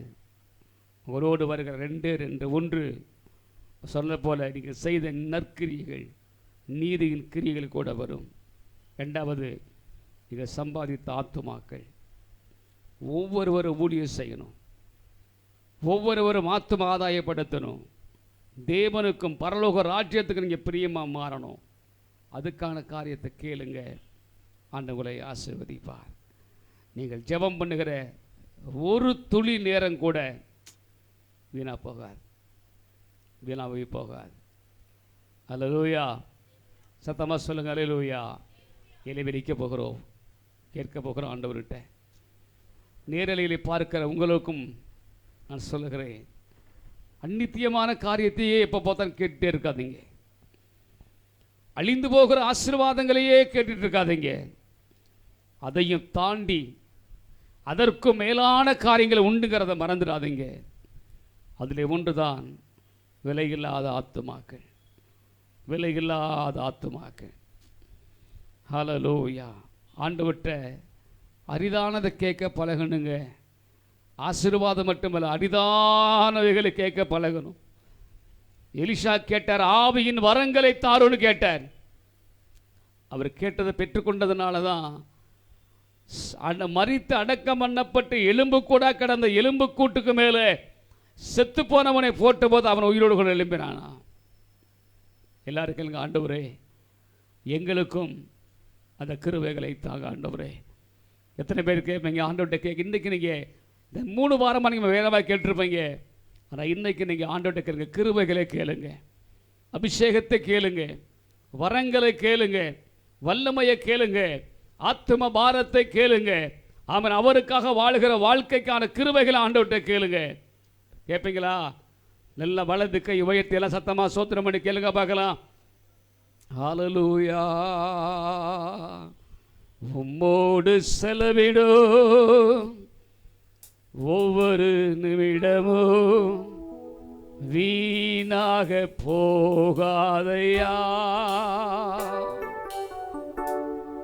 என்னை பலவானாய் மாற்றுமையா. எல்லாரும் கண்ணை மூடிக்கணும். ஒரு சரணத்தை பாடி நான் உங்களுக்காக ஜெபம் பண்ண போகிறேன். உம்மோடு செலவிடும் ஒவ்வொரு நிமிடமும் வீணாக போகாதையா, என்னை பலவானாய் மாற்றுமையா. உம்மோடு செலவிடும் ஒவ்வொரு நிமிடமும் வீணாக போகாதையா, என்னை பலவானாய் மாற்றுமையா.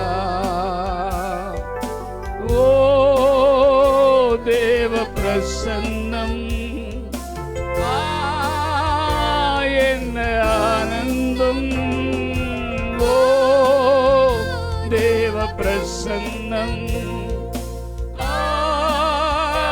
என்ன ஆனந்தம். பரலோகம் கொண்டு செல்லுதே, என்னை ஆகாயம் கொண்டு செல்லுதே.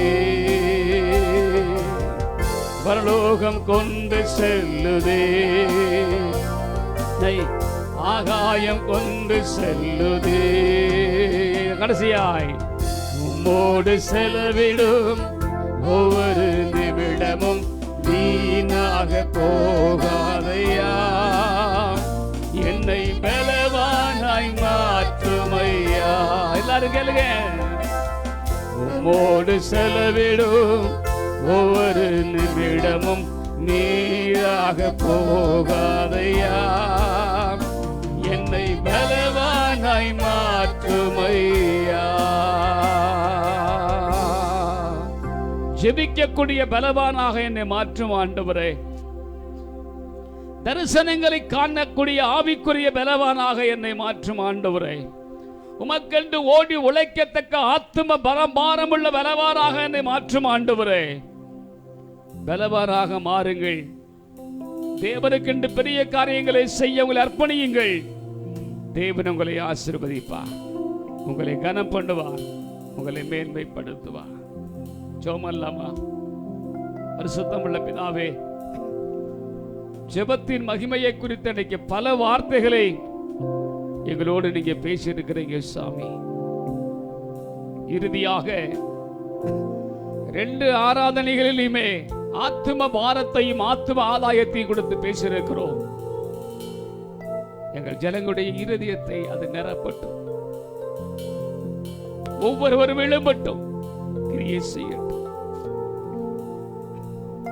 எல்லாரையும் ஆசீர்வதியும். இயேசு கிறிஸ்துவின் அற்புதமான நாமத்தில் ஜெபிக்கிறோம். ஜெபம் கேளும் நல்ல பிதாவே. ஒரு நல்ல ஆமென் சொல்லலாமா? ஆமென். அல்லேலூயா. கேட்ட செய்தியின்படி செய்யுங்க. கர்த்தர் உங்களை ஆசீர்வதிக்கட்டும். இது காணிக்கை நேரம். இந்த மாதத்துடைய கடைசி காணிக்கைகளை கர்த்தருக்கு செலுத்த போகிறீர்கள். திவ்யா பாடலுக்கு ரெடியாக வந்திருப்பார்கள் எதிர்பார்க்கிறேன். அதுக்கு முன்னாடி உங்களுக்கு ஒரு அறிவிப்பு. என்னை கவனிங்க. ஆராதனை முடிந்து போகும்போது உங்க எல்லாருக்கும் ஐஸ் இல்லாம மோர் கொடுக்கணும். அதனாலம்மா ரெடி பண்ணிருக்கமா? அதை ஆமா, ஐஸ் இல்லாம அவளுக்கு மோர் கொடுக்கப்படும். இன்னைக்கு நான் காலையில் பேசும்போது என்ன கவனிங்க, ஒரு நிமிஷம் கவனிங்க. நீ காலையில் பேசும்போது என் ஜனங்களுக்கு நான் ஒரு வார்த்தை சொன்னேன். முதல் ஆராதனையில், ரெண்டாவது ஆராதனைக்கு வருகிறவங்களுக்கு யாருக்கெல்லாம் சாப்பாடு தேவைப்படுதோ அவங்களுக்கு ஒரு பார்சல் சாப்பாடு கொடுத்து அனுப்பணும்னு நினைக்கிறேன். செகண்ட் சர்வீஸுக்கு வருகிறவங்களுக்கு மாத்திரம் தேவையானவங்களுக்கு ஆண்டவர் அதுக்கான பொருளாதாரத்தை தந்தாருன்னா அதை செய்யணும். அதே போல ஒவ்வொரு வாரமும் குறைந்தபட்சம் ஒரு 25 ஏழைகளுக்காகிலும் மதிய சாப்பாடு கொடுக்கணும். அல்லேலூயா. செய்யுங்க. இன்னைக்கு கொடுக்குறீங்களா? கர்த்தர் உங்களை ஆசீர்வதிக்க. இன்னைக்கு ஒரு 25 பேருக்கு அவங்க சாப்பாடு கொடுக்க போறாங்க. கர்த்தர் உங்களை ஆசீர்வதிக்கட்டும். அல்லேலூயா. ஒருவேளை உங்களுக்கு நீங்க வீட்டில் போய் சமையல் பண்ண முடியாது அப்படின்னு தேவை உள்ளவங்களுக்கு பிரியாணிலாம் கொடுக்க முடியாது, சாதாரணமாக ஒரு சாப்பாடு என்ன பண்ணுவோம் நம்மளுக்கு கொடுக்கணும்னு நான் ஜெபம் பண்ணிட்டு இருக்கிறேன். ஆகவே தேவை உள்ளவங்களுக்கு அடுத்த வாரத்தில் தேவை சித்தமான அடுத்த வாரத்தில் வந்து என்ன பண்ணுவோம் அதை நான் கொடுக்க ஆரம்பிக்கலான்னு இருக்கிறேன். நீங்கள் தேவையானவங்க வாங்கிட்டு போய் வீட்டில் போய் சாப்பிட்டுட்டு ரெஸ்ட் எடுத்துக்கோங்க, ஊழியம் செய்யுங்க, கர்த்தர் உங்களை கனப்படுத்துவார். இப்பொழுது கடைசியாக திவ்யா வந்து பாடலை பாடுவார்கள். நாம் காணிக்கையோடு கூட நம்முடைய ஆராதனை முடிக்கலாம்.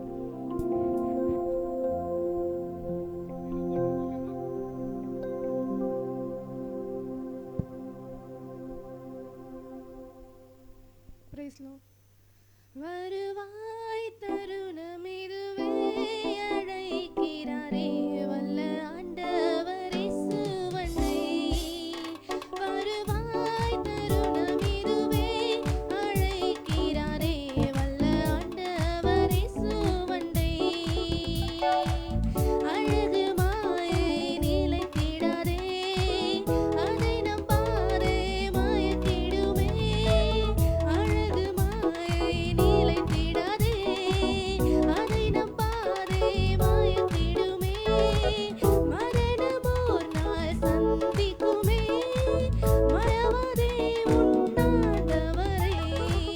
மரணம் ஓர் நாள் சந்திக்குமே, மறவாதே உன்னாண்டவரை.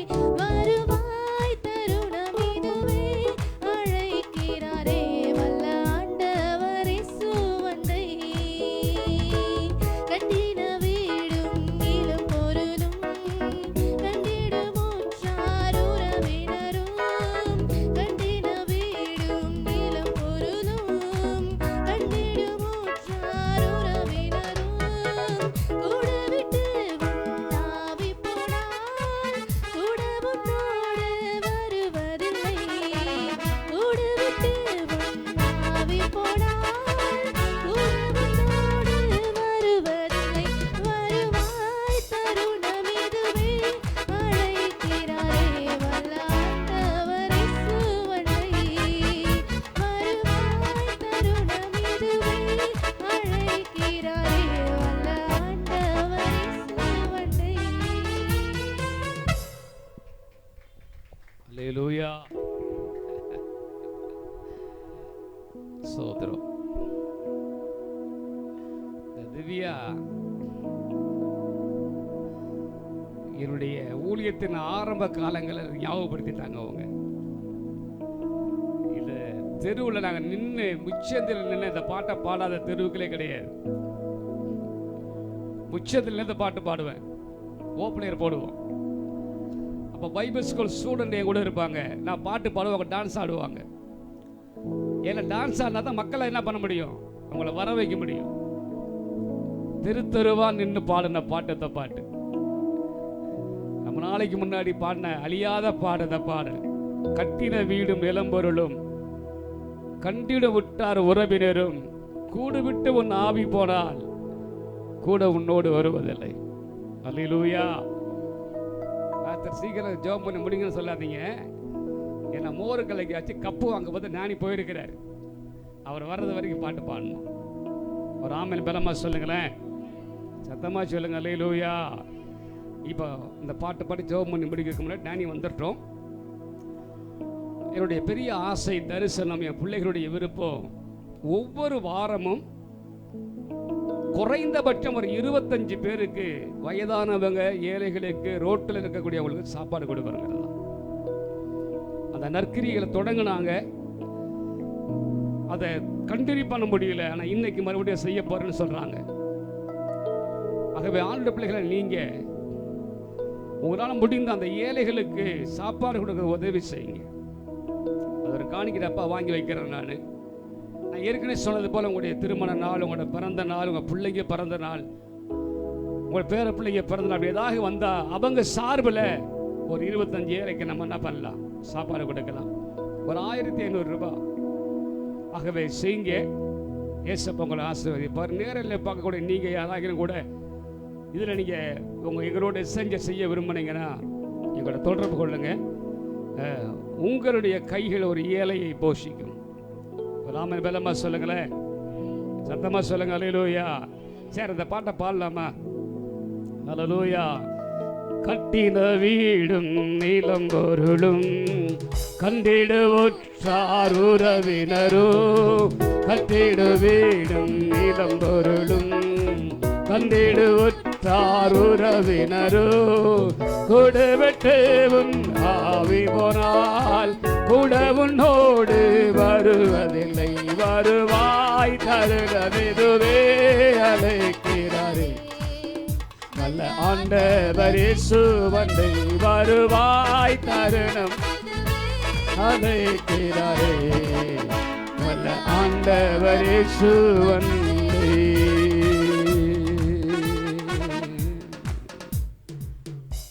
ஜெபிப்போ. எல்லாரும் கை உயர்த்தி பிதாவாகிய தேவனை சோத்திரம் பண்ணுவோம். சோத்திரம் பண்ணுவோம் சொல்றீங்க. சோத்திரம் பண்ணுவோம். ஆமென். கர்த்தராக இயேசு கிறிஸ்துவை சோத்திரம் பண்ணுவோம். ஆமென். பரிசுத்த ஆவியான தேவனை சோத்திரம் பண்ணுவோம். பரிசுத்த பிதாவே, சபைக்கு வந்த மக்களையும் நேரலையில் இணைந்த மக்களையும் பிதா குமாரன் பரிசுத்த ஆவியின் நாமத்தில் ஆசீர்வதிக்கிறேன். எல்லாரையும் ஆசீர்வதியும். இன்றைக்கு செய்ய போகிற இந்த ஏழைகளுக்கான உதவிகளையும் சரியாய் செஞ்சு முடிக்க கிருபையைத்தார். வந்த எல்லாருக்காக சோத்திரம், துதியையும் கனத்தையும் மகிமையும் செலுத்தி வேண்டிக் கொள்கிறோம் எங்கள் நல்ல பிதாவே. நம்முடைய கர்த்தராகிய இயேசு கிறிஸ்துவின் கிருபையும் பிதாவாக தேவனுடைய அன்பும் பரிசுத்த ஆவியினுடைய ஐக்கியமும் சமாதானமும் ஆசீர்வாதமும் உங்கள் எல்லாரோடும் இயேசு வருகிற வரை இருப்பதாக. எல்லாரும் சேர்ந்து சத்தமா சொல்லுங்க. என் ஆத்துமாவே என் முழு உள்ளமே பரிசுத்த நாமத்தை ஸ்தோத்திரி, என் ஆத்துமாவே கர்த்தரை ஸ்தோத்திரி.